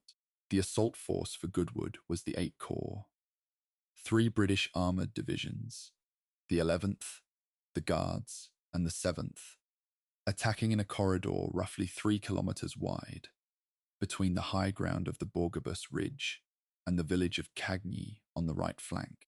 The corridor was the only ground with adequate trafficability for the armor.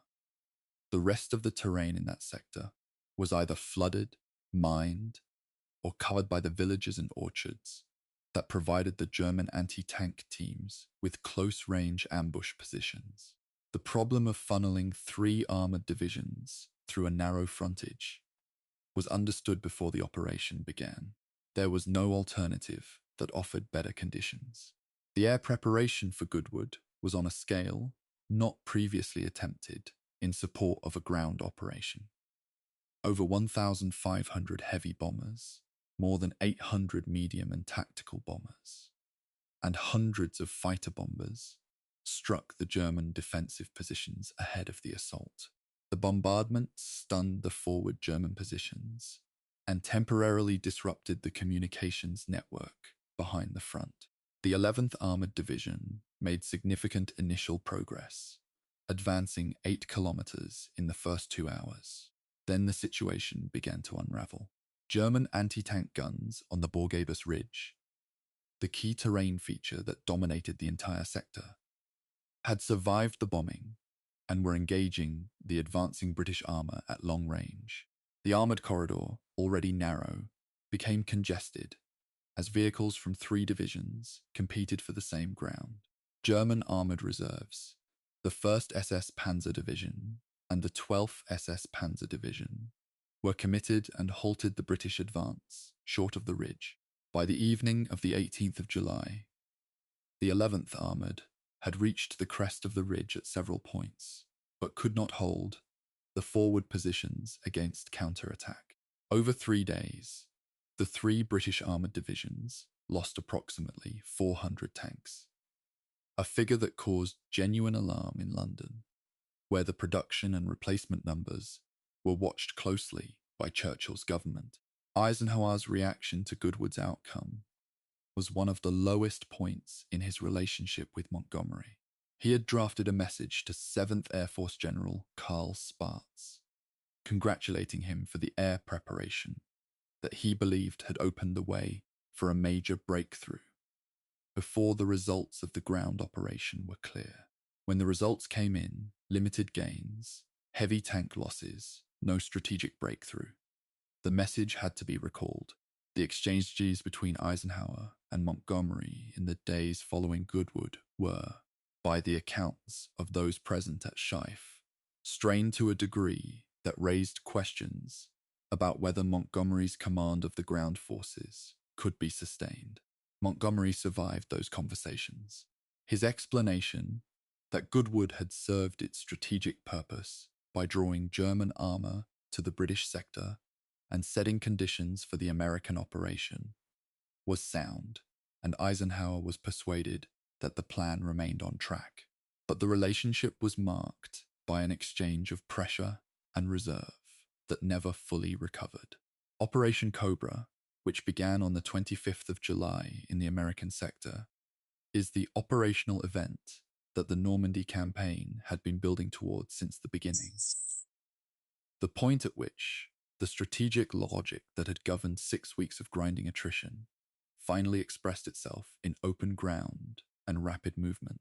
The plan was for a concentrated air bombardment of a narrow section of the front west of Saint-Lô, followed by an armoured thrust through the gap into the open country of southern Normandy and beyond. General Omar Bradley, commanding the 1st United States Army, had designed it with the specific intent of avoiding the problems of the Bocage by using air power to create a rupture large enough to push through before the Germans could close it. The opening of Cobra was delayed by poor weather, and the first actual bombing, on the 24th of July, was cut short by cloud cover, with some bombs falling short of the target and landing among American troops of the 30th Infantry Division. Casualties were suffered. The bombing was halted. On the 25th of July, the main Cobra bombardment went ahead, with over 2,500 aircraft, dropping more than 4,000 tons of bombs on a rectangle of ground, roughly 6 kilometers wide and 3 kilometers deep. Again, bombs fell short, and again, American soldiers died from their own Air Force's bombs. The accident on the 25th of July killed, among others, Lieutenant General Leslie McNair, the highest-ranking American officer to be killed in Europe in the war. The losses from the short bombing were deeply painful and provoked immediate investigation. They did not stop Cobra. Through the gap torn in the German defenses, the American armor poured. The initial advance on the 25th was cautious. By the 27th of July, the pattern had changed fundamentally. The German 7th Army's front had fractured. German units were retreating in disarray, and American armored columns were moving at speeds that had not been seen in the campaign since D-Day. The Panzer-Lehr Division, which had been positioned directly in the center of the Cobra bombardment corridor, was shattered as a coherent fighting formation. Its commander, Lieutenant General Fritz Bayerlein, later described the state of his division on the morning of the 25th as one of near-complete tactical disintegration. The army behind the Panzer-Lehr was not deep enough, coherent enough, or mobile enough to seal the breach before American armor was through it. General George Patton, who had been waiting in England as the nominal commander of the Ghost Army Fusag, arrived in Normandy on the 6th of July and was given command of the 3rd United States Army, which became operational on the 1st of August. Patton's arrival at the head of a fresh, fully equipped army at the precise moment that the German front was beginning to collapse was one of those coincidences of timing that military historians note as either excellent planning or extraordinary fortune. Almost certainly a combination of both. His operating style, aggressive, fast, contemptuous of logistical caution, pushing hard to keep the enemy off balance before they could recover, was exactly the character of command the moment required.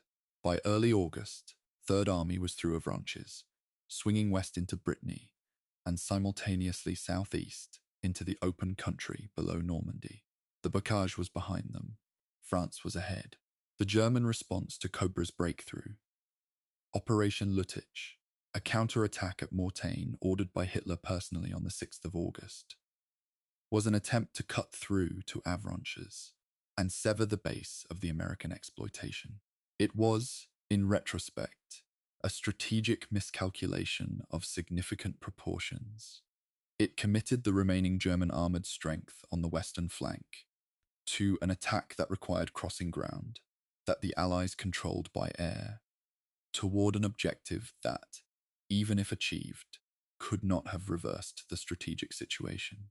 The counterattack at Mortain made initial gains and was then stopped and reversed, primarily by American infantry holding the high ground and by Allied tactical air power, which in clear weather attacked the exposed German armor without the mitigation of air cover.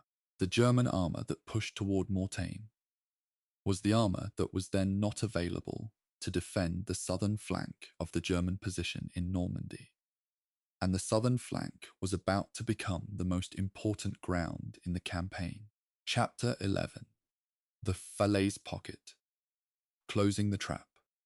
The Falaise Pocket is one of those events in military history where the gap between what happened and what could have happened is so large that it has colored the assessment of the campaign ever since.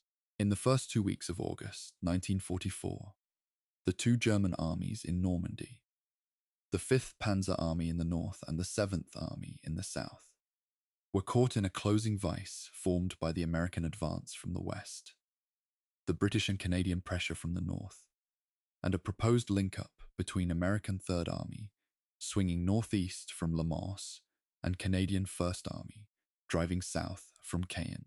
If those two forces met at Falaise, and then at Argentan, the trap would be closed, and the two German armies, perhaps 150,000 men, and the bulk of their remaining equipment, would be encircled. It was the kind of operational opportunity that every commander on the Allied side understood was rare, and perhaps irreplaceable. The Canadian advance southward from Caen, Operation Totalize, launched on the night of the 7th of August, was a bold and innovative operation. The attack began in darkness, with armored columns navigating by compass bearing, preceded by a heavy bombing attack, attempting to rupture the German defensive line south of Caen and reach Falaise before the German command could construct a coherent defense. The concept was sound. The execution encountered the same recurring problem. The 12th SS Panzer Division, badly depleted as it was, still had enough cohesion and enough capable anti-tank gunnery to impose significant delay at each defensive position it chose to hold. The Canadian advance made progress at cost. Falaise fell to the 1st Polish Armoured Division and the 2nd Canadian Infantry Division on the 16th of August. But the southern arm of the trap, the American forces advancing from Argentan, had been halted on the 13th of August when General Bradley, concerned about the risk of collision between his forces and the Canadians, ordered Patton's Third Army to stop at the army boundary near Argentan and wait. The decision to halt at Argentan is one of the most debated command decisions of the entire campaign. The gap between the Canadian forces at Falaise and the American forces at Argentan was, at its narrowest, roughly 15 kilometers. Through that gap, between the 13th of August and the 20th, the main body of two German armies, battered, short of fuel and ammunition, fighting a rearguard action, withdrew eastward. The numbers of German troops that escaped are a matter of contested historical record, with estimates ranging from 40,000 to 100,000 surviving soldiers, carrying a fraction of their heavy equipment. What is not disputed is that the gap was not closed before a substantial German force escaped it, and that those forces, reorganized and refitted, would appear again at the West Wall in the autumn and at the Ardennes in December. Whether closing the gap earlier or more completely would have shortened war significantly is a question that military historians have approached from several directions without producing a consensus. The condition of the German forces trapped or passing through the Falaise pocket was, by any measure, one of near total military disintegration. Allied air power, operating in clear August weather, with fighter bombers attacking any movement on the roads and tracks leading eastward, turned the routes of the German withdrawal into a documented catastrophe of wrecked vehicles, burning equipment, and abandoned heavy weapons. Field Marshal Walther Model, who replaced von Kluge in command of Army Group B on the 17th of August, described the state of the forces he had inherited as no longer constituting organized military formations in the conventional sense.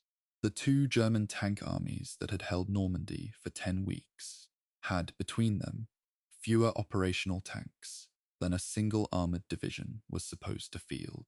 What had been done to those formations in that pocket cannot be described in the language of military operational analysis alone. It requires a vocabulary that military history tends to find uncomfortable, and that a script of this kind will not use. But it happened, and its results shaped everything that followed. The role of the 1st Polish Armoured Division in the Falaise battle deserves specific attention, partly because it tends to be overshadowed in accounts centered on American and British operations. The Poles under General Stanislaw Maxek were fighting for something that the British and American soldiers around them were not.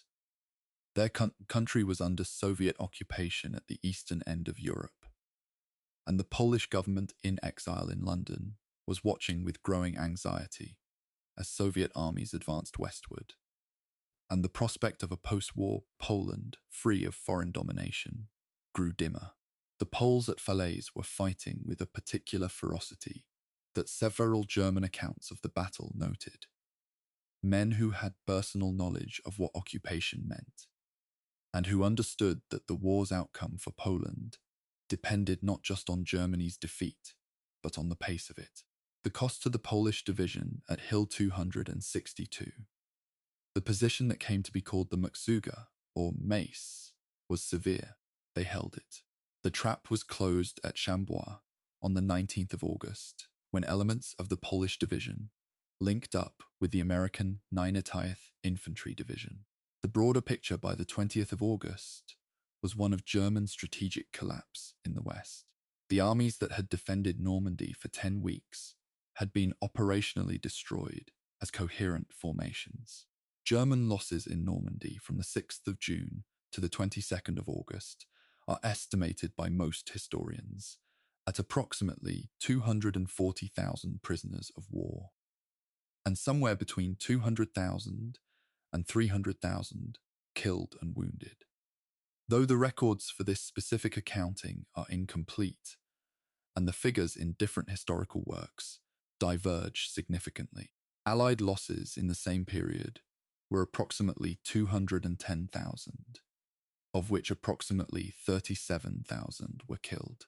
The disproportion in the final outcome of the campaign, the German army in the west operationally broken, the Allies advancing toward the Seine, reflects not the casualty figures alone, but the replacement and reinforcement picture. The Allied losses were being made good. The German losses were not. The Seine river crossings in late August completed the operational exploitation of the Falaise breakthrough. American forces crossed the Seine at multiple points between the 19th and the 25th of August. In boats, over improvised bridges, in some cases swimming, before German demolition teams could destroy all the crossing points. The speed of the advance had outrun German preparation. Third Army, moving with the fuel available and pushing hard covered distances in individual days that exceeded anything the most optimistic Allied planning had projected. The question of logistical sustainability, the nagging counterweight to every surge of operational progress, was growing more acute by the hour, because the supply lines stretching back to the Normandy beaches were at the limit of what the truck companies could manage. The Red Ball Express, the round-the-clock motor transport convoy system established on the 25th of August to keep fuel and ammunition moving forward, was one of the great improvised logistical achievements of the war, sustained primarily by African-American transportation troops whose contribution to the campaign's operational success deserves recognition in any honest accounting. But it was not enough to sustain every formation advancing simultaneously, and choices were going to have to be made. On the 19th of August, the Paris resistance rose against the German garrison. Hitler had ordered Paris destroyed. The bridges, the power stations, the monumental architecture of one of Europe's great cities. The German military governor of Paris, General Dietrich von Choltitz, did not carry out that order.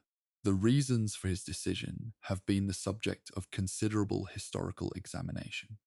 Some accounts emphasize the personal moral choice, others the military futility, still others the arrival of Allied forces that made resistance pointless. Whatever the combination of motivations, Paris was not destroyed. On the 25th of August, the French 2nd Armored Division, under General Philippe Leclerc, entered Paris alongside American forces of the 4th Infantry Division, and General von Choltitz surrendered the city. De Gaulle arrived the following day and walked the length of the Champs-Élysées in a procession that was part carefully managed political symbolism and part genuine, overwhelming human emotion from the crowds who lined the route. The German occupation of Paris was over. The liberation of Paris did not end the war. It did not even end the campaign in France. The German army continued to fight on the approaches to the German border, and the battles ahead at Arnhem, in the Hürtgen forest, and at the Ardennes would exact a cost that none of the men celebrating in Paris on the 26th of August could quite bring themselves to contemplate yet. But Paris was free, and the sight of it, the world watching, the city recognizing itself as something other than occupied, was, by any human measure, a moment that justified the long road back from those beaches. Chapter 12. The Numbers and the Names. what Normandy cost and what it decided. There is a particular kind of historical reckoning that waits at the end of a campaign narrative, the accounting, the balance sheet, and it is never fully adequate to what it is trying to measure. Numbers can record the scale of an event. They cannot record its weight, but the numbers of Normandy deserve to be held in the mind with some care, because they are the skeleton of everything else, the frame on which the human story is arranged, and the measure by which the strategic outcome must ultimately be assessed. From the 6th of June to the 22nd of August, 1944, the Normandy campaign engaged more than 2 million Allied troops in operations that ranged from the initial beach landings to the encirclement of the Falaise pocket and the advance to the Seine. 38 Allied divisions were committed to the campaign in France by August. The logistical operation behind them, the Mulberry Harbour at Arromanches, the Red Ball Express, the naval supply lanes running from British and American ports, moved more than 2 million tons of supplies to France in the first 90 days after D-Day. The engineering achievement of simply sustaining that force in the field was, in the opinion of several military historians who have studied it specifically, as impressive an accomplishment as the combat operations it supported. The German order of battle in Normandy at the start of the campaign comprised 58 divisions in France and the Low Countries, of which perhaps 40 were in a state that could be considered operationally effective. By the end of the Normandy campaign, those formations had been reduced, by combat attrition, encirclement, and the breakout, to a fraction of their original strength. 2 complete German armies had been operationally destroyed as coherent formations. The replacement units that Germany scraped together for the defense of the West Wall in September and October of 1944 were a mixture of rebuilt remnants, newly formed Volksgrenadier divisions, and whatever men the German system could produce from reserve and training formations. They were not the panzer armies that had met the Allied landing in June. Germany could not rebuild those armies. The manpower and industrial capacity to do so was no longer available, and everyone on both sides understood that the war in the West had entered its terminal phase. The casualty figures for the Normandy campaign, broken down by nation, reveal the distribution of cost that coalition warfare tends to produce unequally. American casualties totaled approximately 124,000, of whom approximately 29,000 were killed. British casualties were approximately 83,000, of whom approximately 16,000 were killed. Canadian casualties were approximately 18,000, including nearly 5,000 killed. Free French, Polish, and other Allied contingent losses add further to the picture. German casualties, as noted, are disputed in their totals, but the figure of between 350,000 and 450,000 total German losses across killed, wounded, and prisoner is broadly accepted by the major historians of the campaign, with the caveat that German record-keeping in the final phase of the Falaise battle was incomplete. The number means what it means. A German army that had held northwestern Europe since 1940 was gone. The significance of the campaign for the broader trajectory of the war is one of those points where historians are, unusually, in strong agreement. The Allied lodgment in Normandy, once consolidated, ended any realistic German prospect of a negotiated peace with the Western powers, a prospect that some in the Wehrmacht leadership had entertained as a faint possibility, depending on the outcome of the invasion. It opened a genuine second front that compelled Germany to fight 3 major land campaigns simultaneously: the East Front, Italy, and now France, with an industrial and manpower base that was already stretched beyond sustainable limits. It accelerated the timeline toward the German defeat that Soviet forces had been approaching from the east since 1943, and it established the Allied position in Western Europe that would define the post-war political geography of the continent for the rest of the 20th century and beyond. For France, the campaign meant something irreducible and personal: the end of occupation. 4 years of German presence, the administration, the collaboration, the deportations, the resistance, the daily calculation of how to survive under conditions that required choices with no good options, ended in a summer of fighting that left the country physically scarred but politically reborn. The reconstruction of France's identity, its institutions, and its relationship with its own wartime history would take decades, and parts of that reckoning are still ongoing. But the starting point of the recovery was August 1944. And the starting point of August 1944 was June. The memorials at Normandy, the American cemetery at Colleyville-sur-Mer, the British and Commonwealth cemetery at Bayeux, the Canadian memorial at Bagny-sur-Mer, the German war cemetery at Le Cambay, are arranged at a respectful distance from one another across the Normandy landscape, and each has a different character that reflects the culture that maintains it. The American cemetery at Colleyville-sur-Mer is perhaps the most visited: 9,387 white marble crosses and stars of David on a bluff above Omaha Beach, laid out in a geometric precision that imposes order on a number too large for intuition to process. Each marker represents a person who came from somewhere, who had a name, who had been a child, and would not grow old. The names are recorded. The stones face west, toward home. The German cemetery at Le Cambay is darker in tone. Flat basalt crosses, low to the ground, oak trees creating deep shade. It holds more than 21,000 German dead. People visiting Le Cambay after Colleyville-sur-Mer often find it the more unsettling of the two. Not because the dead buried there were morally equivalent to the Allied dead nearby. The causes they served were not equivalent, but because the dead themselves were, in many cases, very young men from a country that had been given terrible choices by terrible leadership, who died in a foreign country in a war that was already lost by the time the summer was over, and are buried in the soil of the place where that ending began. A cemetery is not a political statement. It is just a place where people are. The men at Le Cambay are there, and so are the men at Colleyville, and so is the beach below, where the sand still gives up metal after a heavy rain.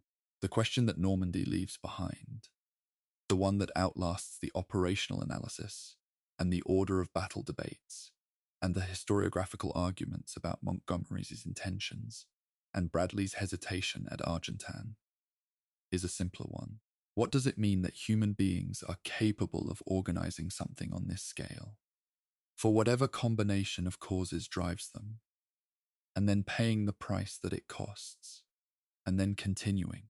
The men at the sharp end of this campaign, the infantry private in the Bocage, the airborne soldier who landed miles from his drop zone, the naval rating on a landing craft approaching a defended beach in the dark, had, in most cases, a very limited view of the strategic picture. They knew their objective, they knew their unit, they knew the men around them, what they were part of. The operational significance, the historical magnitude, was visible only from a distance they did not have. That is always true of the people inside great events. The meaning is assembled afterward by the people who were not there from what was left behind. What was left behind at Normandy is still being assembled. The archives are not exhausted. The oral histories of the last veterans have been collected, but the secondary literature, the local French accounts, the German unit histories, the signals intelligence records that are still being declassified, continues to add detail, correction, and nuance to a picture that we have been looking at for more than 80 years. There will be historians who read something we have said in this script and find a point of disagreement, a date placed with too much certainty, a casualty hay figure cited without adequate qualification, a tactical assessment that privileges one national account over another. That is how history works. It is kept honest by people who refuse to accept the previous synthesis as the last word. The last thing to say about Normandy, at least for tonight, in this telling, is the simplest. It worked. The invasion that had seemed, to those planning it, like a gamble so large that its failure could not be contemplated, worked. The beaches were taken. The lodgment held. The breakout came. France was freed. Chapter 13. The Intelligence War, Secrets Codebreakers, and the Men Nobody Knew About. There is a building at Bletchley Park in Buckinghamshire, England, a Victorian mansion surrounded by a collection of wartime huts that look, from the outside, like they were built in an afternoon with whatever timber was available, where some of the most consequential intellectual work of the 20th century was conducted in conditions of absolute secrecy.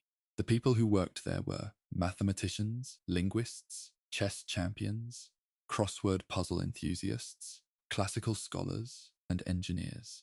They were not, for the most part, the kind of people that a traditional military organization would have recruited for war work. They were precisely the kind of people that this specific war required. What they were doing in those huts was reading the German military's most sensitive communications. The Germans did not know. The Germans would not know for 30 years after the war ended, when the program, codenamed Ultra, was finally declassified.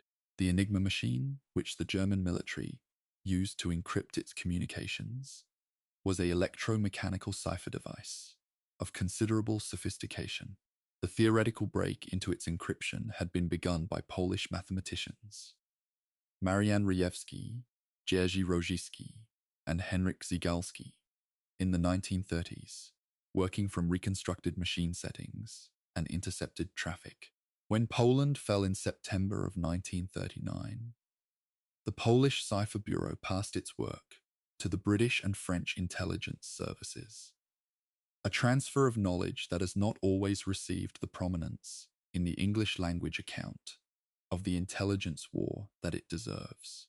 The British team at Bletchley, building on the Polish foundation and expanding it with the development of the electromechanical bomb machine, refined by Alan Turing and Gordon Welchman, achieved consistent, high-volume decryption of German military signals by 1941.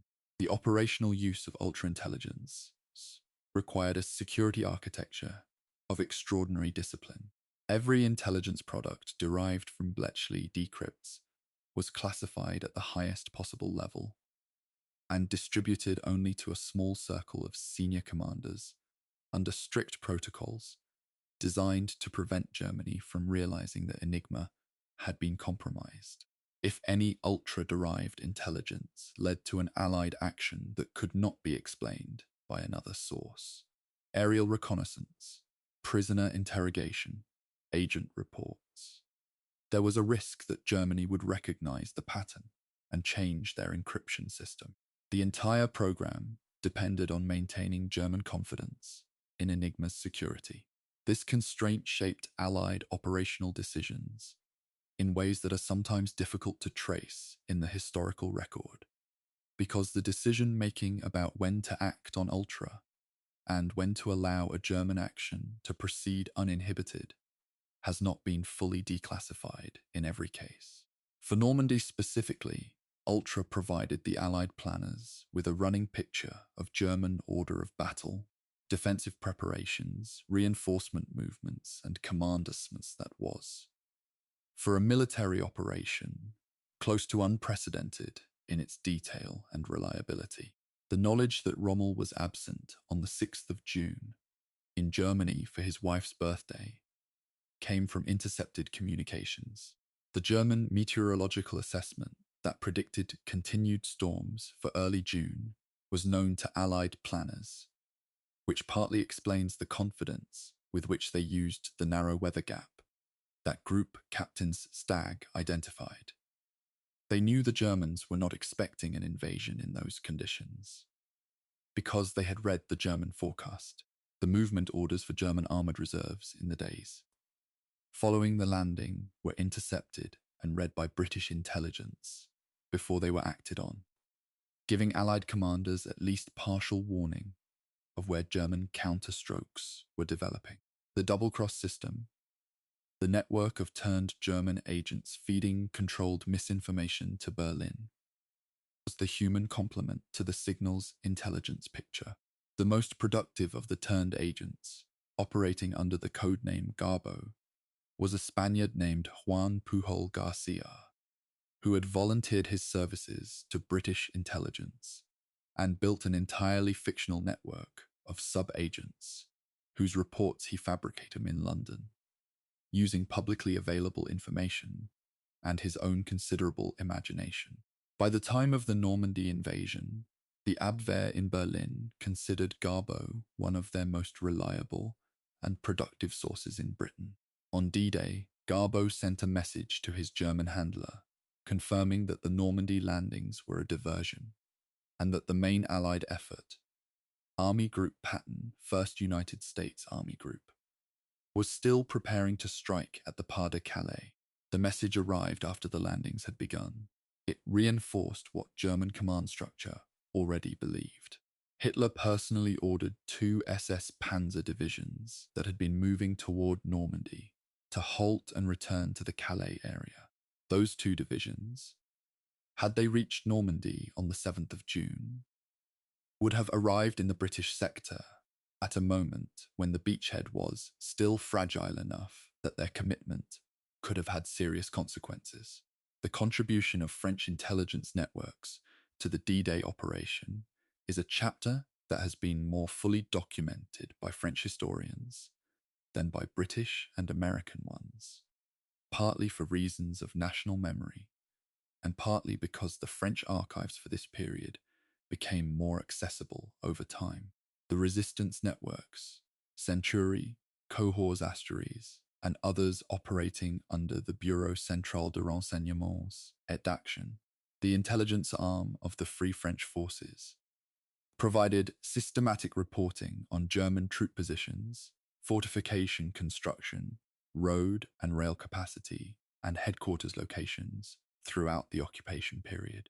A significant portion of the pre-invasion intelligence picture for Normandy was built on reporting that came from French civilians who were risking, and in some cases paying with, their lives to pass information through courier chains to London.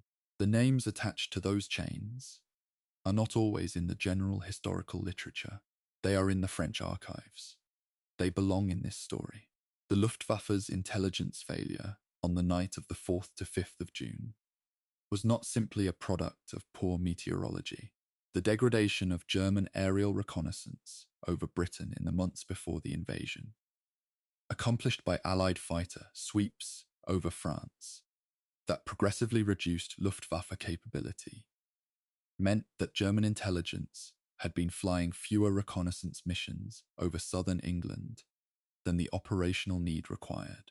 The resulting picture of Allied dispositions in Britain was therefore based more heavily on agent reports and signals intelligence than on photographic evidence, making it more susceptible to the systematic misinformation that the double-cross system was providing. German air reconnaissance had photographed the inflatable tanks and dummy landing craft of the Fusag Deception in Kent and Sussex, and those photographs had been filed as evidence confirming what the agent reports said. The deception succeeded partly because it had multiple mutually reinforcing components, and partly because German intelligence was already predisposed to believe what it was being told. One dimension of the intelligence war that is sometimes overlooked in the operational narrative is the German intelligence effort against the Allied plan, the attempts to penetrate Allied secrecy and identify the actual invasion point. The German intelligence picture was significantly compromised by the fact that its most productive sources in Britain were all under Allied control.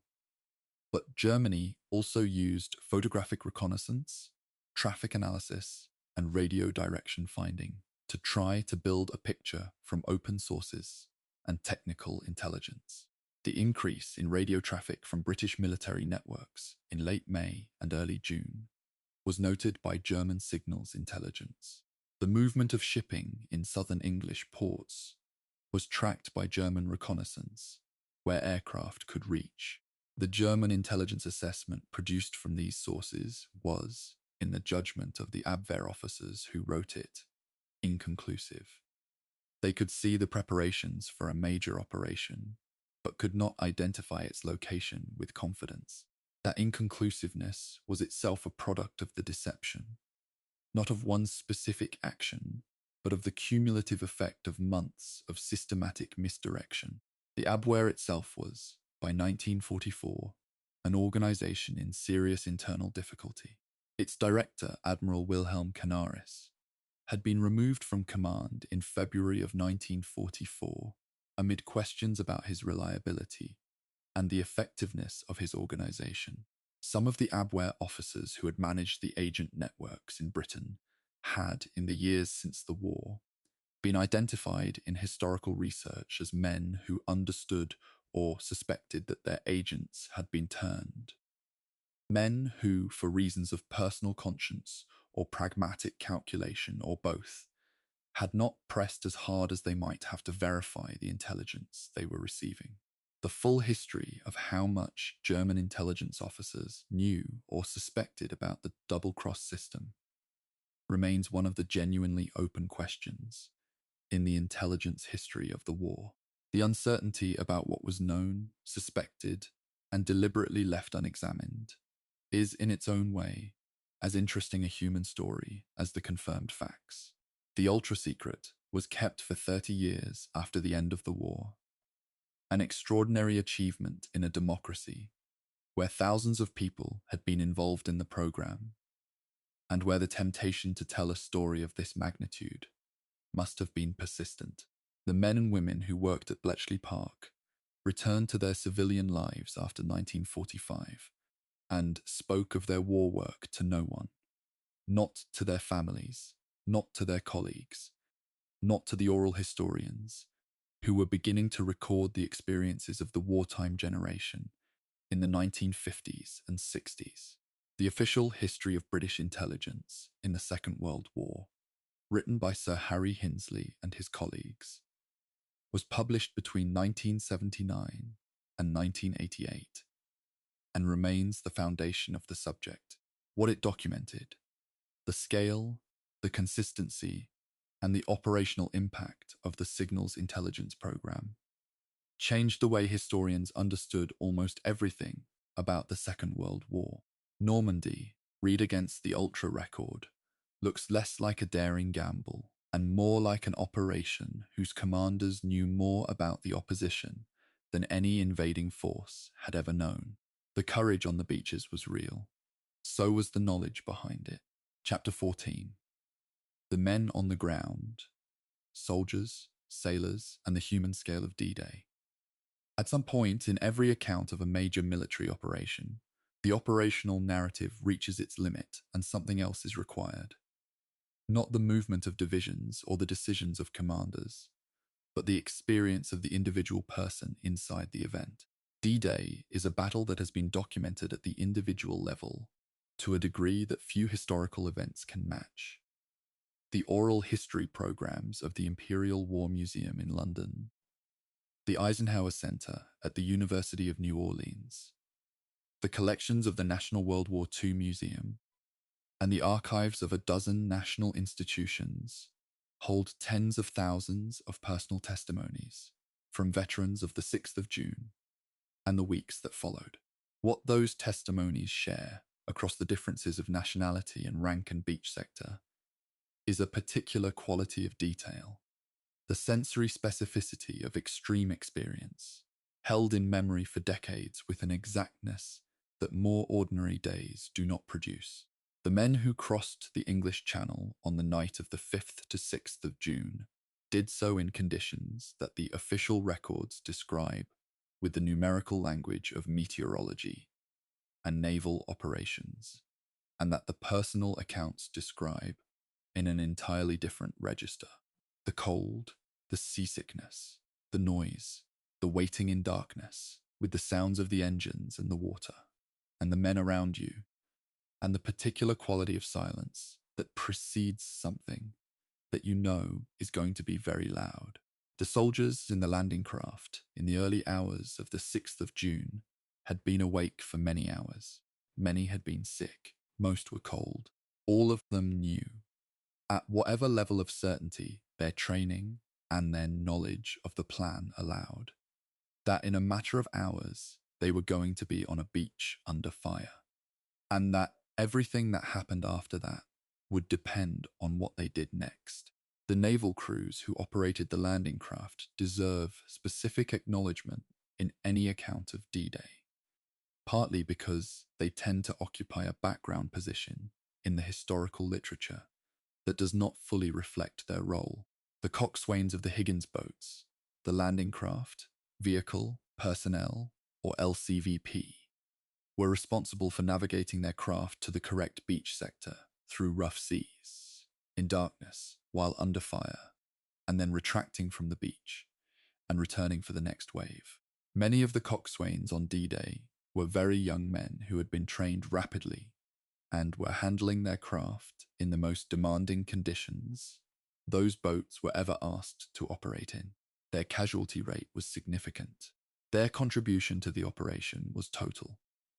Without the boat crews, nothing else happened. The airborne soldiers who had been in France since midnight had, by the time the beach landings began, been fighting for several hours in conditions of considerable confusion and improvisation. The accounts from 101st Airborne veterans describe the experience of the night drop with the particular vividness of men who found themselves alone, or in very small groups, in an unfamiliar countryside, armed, trained, and pointed toward objectives whose exact location they could not always determine. The formation of scratch units, groups of men from different companies, different battalions, sometimes different divisions, who found each other in the dark and organized themselves around whoever was the senior rank present, is one of the recurring features of the American airborne experience on D-Day. It is also one of the features that reveals most clearly the difference between an army that has internalized its doctrine deeply enough to apply it in the absence of orders, and an army that requires the command chain to function before it can act. The medical personnel who worked on the beaches on the 6th of June occupied a position of extraordinary moral demand. The battalion medical officers and their teams landed with the assault waves without weapons, with the Red Cross markings of non-combatants, and went to work on the beach under fire that was not making the distinction between combatants and non-combatants with any consistency. The accounts from medical officers at Omaha Beach describe conditions of triage that required making decisions rapidly and repeatedly about who could be saved with the resources available and who could not. Decisions that peacetime medical ethics does not prepare a person for, and that the men who made them carried for the rest of their lives. The survival rates that resulted from their work are a measure of their competence and their commitment. The cost of the work to the individuals who did it is less easily quantified. The French civilians who experienced the landings from the other side of the equation, who had been living under German occupation, and who woke on the 6th of June to the sound of the largest bombardment in the history of Normandy arriving on their coastline, left accounts that are significantly less represented in the English language literature than the military testimonies, and that are essential to any complete account. The people of the coastal villages and towns had been warned by leaflet drops and BBC broadcasts that a liberation operation was coming, and that they should move away from the coast and from transportation infrastructure. Many had not moved, because they had nowhere to go, because they did not believe the warnings, because they were old or sick or responsible for livestock and property that they could not abandon. On the morning of the 6th of June, they were in their houses when the bombardment began, and then they were in their cellars, and then they were in the ruins. The relationship between the Allied soldiers and the French population in the days and weeks following the landings was genuinely complex, and the tendency of some narratives to present it as a simple story of grateful liberation received by joyful civilians obscures a reality that was more textured and more honest. Many Norman families had lost members to Allied bombing in the weeks before the landing, part of the transportation plan that had attacked rail and road infrastructure across France. Many lost their homes, their farms, their livestock, and their livelihoods in the fighting that moved through their villages in June and July. The liberation was real, and it was welcomed, but it was welcomed alongside grief, and the two things existed at the same time in the same people. And that is not a contradiction, but simply the truth of what a war of liberation looks like from the inside.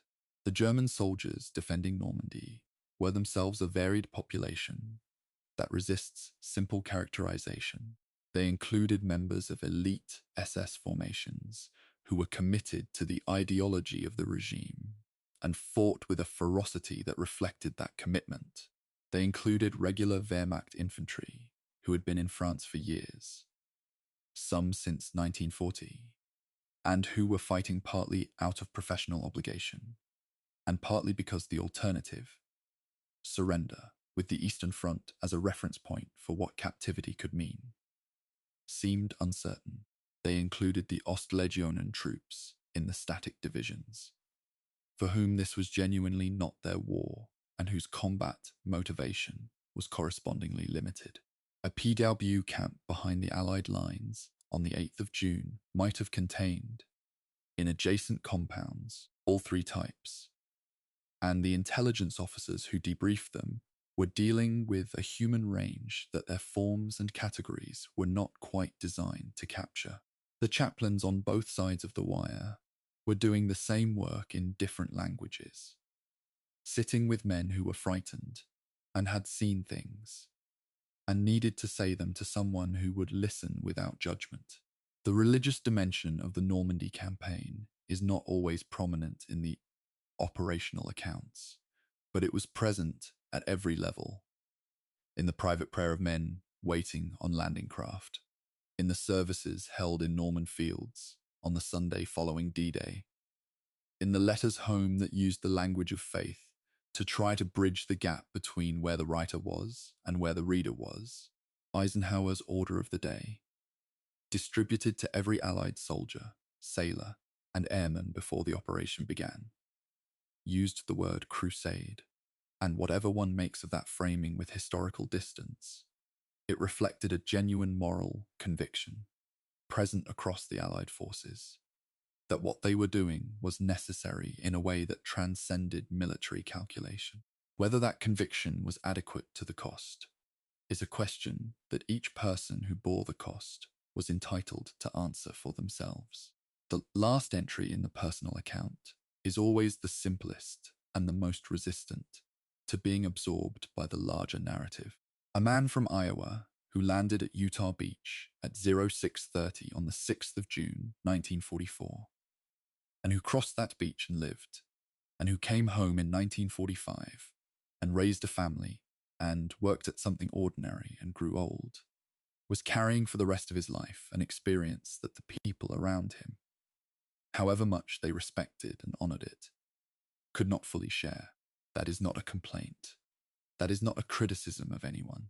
It is simply what happens when a person passes through an event of that scale and then returns to a world that has not. The Normandy veterans who are still living are in their late 90s and early hundreds. The last of them will be gone within a few years. After that, Normandy will be entirely in the hands of history, and history will do what it can. Chapter 15. Legacy. What D-Day made and what it left behind. On the 24th of July, 1944, while the fighting in Normandy was still ongoing, whilst men were still dying in the Bocage and south of Cayenne, a group of German officers attempted to kill Adolf Hitler in his Wolf's Lair headquarters in East Prussia. The bomb placed by Colonel Claus von Stauffenberg detonated at 12:42 in the afternoon. Hitler survived, protected by the heavy oak table that had deflected the blast. The failure of the assassination attempt ended the last realistic possibility of the war, concluding by internal German action, and set in motion a wave of reprisals against the German resistance movement that consumed many of the most principled opponents of the Nazi regime. The connection to Normandy is not incidental. The assassination attempt came 6 weeks after the Allied landing, at the moment when it had become clear to many in the German military that the invasion had succeeded and the war was entering its final phase. The men who planted the bomb were not defeatists. They were realists who had concluded that the regime would fight to Germany's complete destruction before accepting the verdict of the battlefield. The war in Europe ended on the 8th of May, 1945, 336 days after D-Day. The road from the Normandy beaches to the German surrender at Reims ran through the battles of the Scheldt estuary, the debacle at Arnhem, the brutal attritional fighting in the Hurtgen forest, the German counteroffensive in the Ardennes in December of 1944 that the Allies came to call the Battle of the Bulge, the crossing of the Rhine in March of 1945, and the final drive into the heart of Germany as the Soviet armies closed from the east. None of those battles were foregone conclusions. Each had its moments of crisis, its failures of planning and execution, its individual and collective suffering. The Normandy landing did not make victory automatic. It made it possible, and it made it possible on a timeline, and in a form that defined what the post-war world would look like. The political geography of Europe that emerged from the Second World War, the division of Germany, the Soviet domination of Eastern Europe, the construction of the Western Alliance, the founding of the institutions that eventually became the European Union, was shaped at every level by the military events of 1944 and 1945, and the military events were shaped at every level by D-Day. If the Normandy landing had failed, if it had been thrown back into the sea, or if the subsequent campaign had stalled without breaking out of the lodgment, the war's timeline would have extended, and in an extended timeline, the Soviet armies advancing from the east would have reached further into Western Europe before any Allied force from the west was in a position to establish a presence. The post-war boundary between Western democracy and Soviet-controlled territory, drawn, effectively, by the positions of the respective armies at the moment of German surrender, would have been different. How different, and in what specific ways, is the kind of counterfactual that serious historians approach with caution. But the general direction of the dependency is not in doubt. The relationship between the Western Allies and the Soviet Union, which had been an alliance of strategic convenience from the beginning, was already showing its fundamental tensions in the summer of 1944. Stalin's decision to halt Soviet forces at the Vistula River, while the Warsaw Uprising, the Polish Home Armies rising against the German occupation, launched on the 1st of August, 1944, was suppressed by German forces, was noted at the time, and debated bitterly afterward. The Western powers, including those Polish formations fighting under British command in Normandy and Italy, watched the destruction of the Warsaw Rising with a helplessness that generated moral anguish and political conflict within the coalition. The liberation of France was happening, while the destruction of Poland's best organized resistance movement was proceeding with Soviet acquiescence, if not Soviet facilitation. These two things were happening at the same time, in the same summer, and they were connected by the same war. The Nuremberg trials of 1945 and 46, which established the legal framework for prosecuting crimes against peace, war crimes, and crimes against humanity, were made possible by the Allied victory, and the Allied victory had been made possible in the West by D-Day. The legal principles established at Nuremberg, that individuals bear criminal responsibility for violations of international law, regardless of whether they were acting under orders, became the foundation of international humanitarian law in the decades that followed. They were not applied perfectly or consistently or without political selectivity in the immediate post-war period, but they existed in written and adjudicated form because the Allies had won and because winning had given them the standing to hold the proceedings. The alternative, a negotiated end or a German military survival, would not have produced Nuremberg. It might have produced something else, or nothing at all. The Marshall Plan, announced in June of 1947 and implemented over the 4 following years, directed more than $13 billion of American economic assistance to the reconstruction of Western Europe, a program without precedent in the history of relations between states, an act of strategic generosity that was also, as its architects understood clearly, an act of strategic self-interest. A prosperous, democratic Western Europe was a bulwark against Soviet expansion and a market for American goods. The two motivations were not contradictory. The Marshall Plan worked in the sense that the economies of Western Europe recovered, democratic institutions were stabilized, and the Soviet model of reconstruction, imposed on Eastern Europe without the consent of its populations, lost the competition for the loyalty of Western European publics. None of that was guaranteed. All of it was conditional on the military events of 1944, which had determined who controlled which part of the continent. The memory of D-Day in public culture has gone through several phases since 1944. The immediate post-war memory was close and raw. The veterans were young men, the dead were recently lost, and the events were too near for the kind of long perspective assessment that historical distance allows.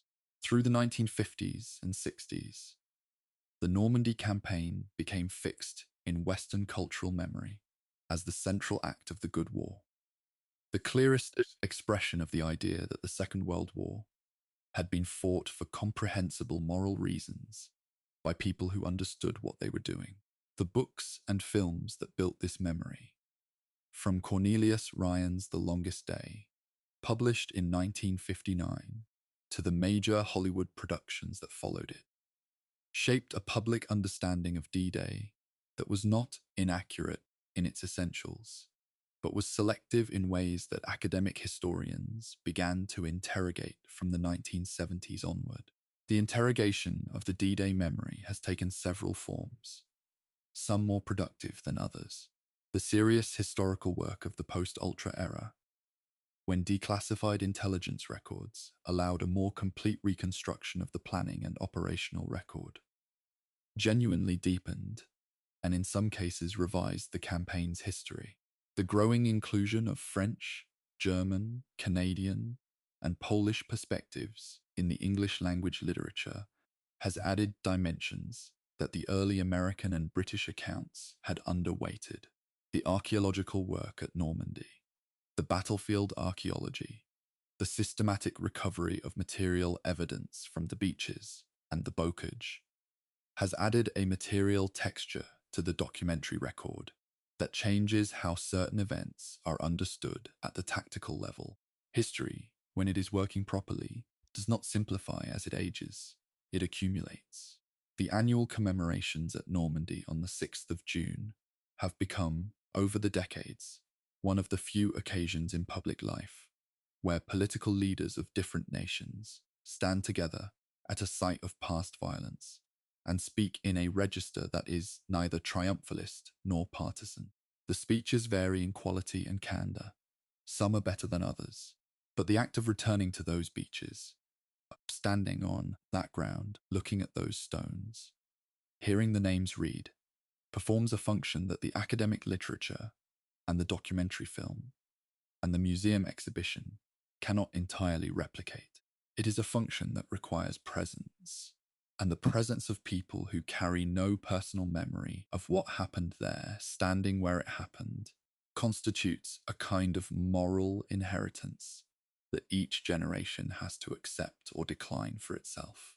The veterans who returned to Normandy for the major anniversaries, the 40th in 1984, the 50th in 1994, the 60th in 2004, the 75th in 2019, were men in the second half of their lives, and then in the last quarter, and then very old indeed.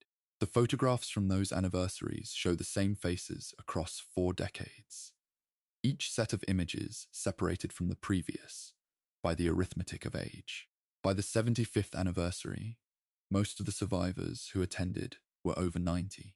They walked the same beaches they had crossed under fire, in civilian clothes, in good weather, past the monuments and the school groups and the film crews. Some of them spoke, some of them did not. Some of them stood at the water's edge and looked at the channel, which is just a stretch of water between 2 countries, grey or blue, depending on the day, giving nothing away. What they were looking at, what anyone looks at who stands on those beaches and tries to hold what happened there in mind, is the gap between the ordinary and the extreme. This strip of coast on a calm day in May or June is simply France, agricultural land, small towns, modest cliffs, the sound of the sea. It is a place where people live and work, and have always lived and worked. The events of the 6th of June, 1944, do not announce themselves in the landscape, the way we sometimes expect history to announce itself. They are there, in the soil, in the metal that the rain still finds, in the cemeteries on the bluffs, in the Mulberry Harbour, remains at Arromanches that are still visible at low tide. The rusting caissons of an engineering achievement that was used for a few months, and then left to become part of the seascape. History does not always mark itself legibly. You have to know what you are looking for. We have been looking for it in this long telling for several hours. From the conference rooms of Washington and London, where the decision to cross the channel was made and remade, through the design of deceptions and the reading of ciphers, through the weather forecast that was correct when it mattered most, through the dark fields of Normandy, where paratroopers landed in the wrong places and found their way to the right ones, through the sand and the water and the bluffs of 5 beaches on one morning, through the bocage and the ruins of Caen and the closing of the Falaise trap, through the numbers and the cemeteries, and the questions that outlast the answers. We have been looking for what it means that human beings are capable of this. The planning, the sacrifice, the cost, the consequence. And the honest answer is that looking at it directly for long enough does not resolve the question. It deepens it. That is not a failure of history. That is what history is for.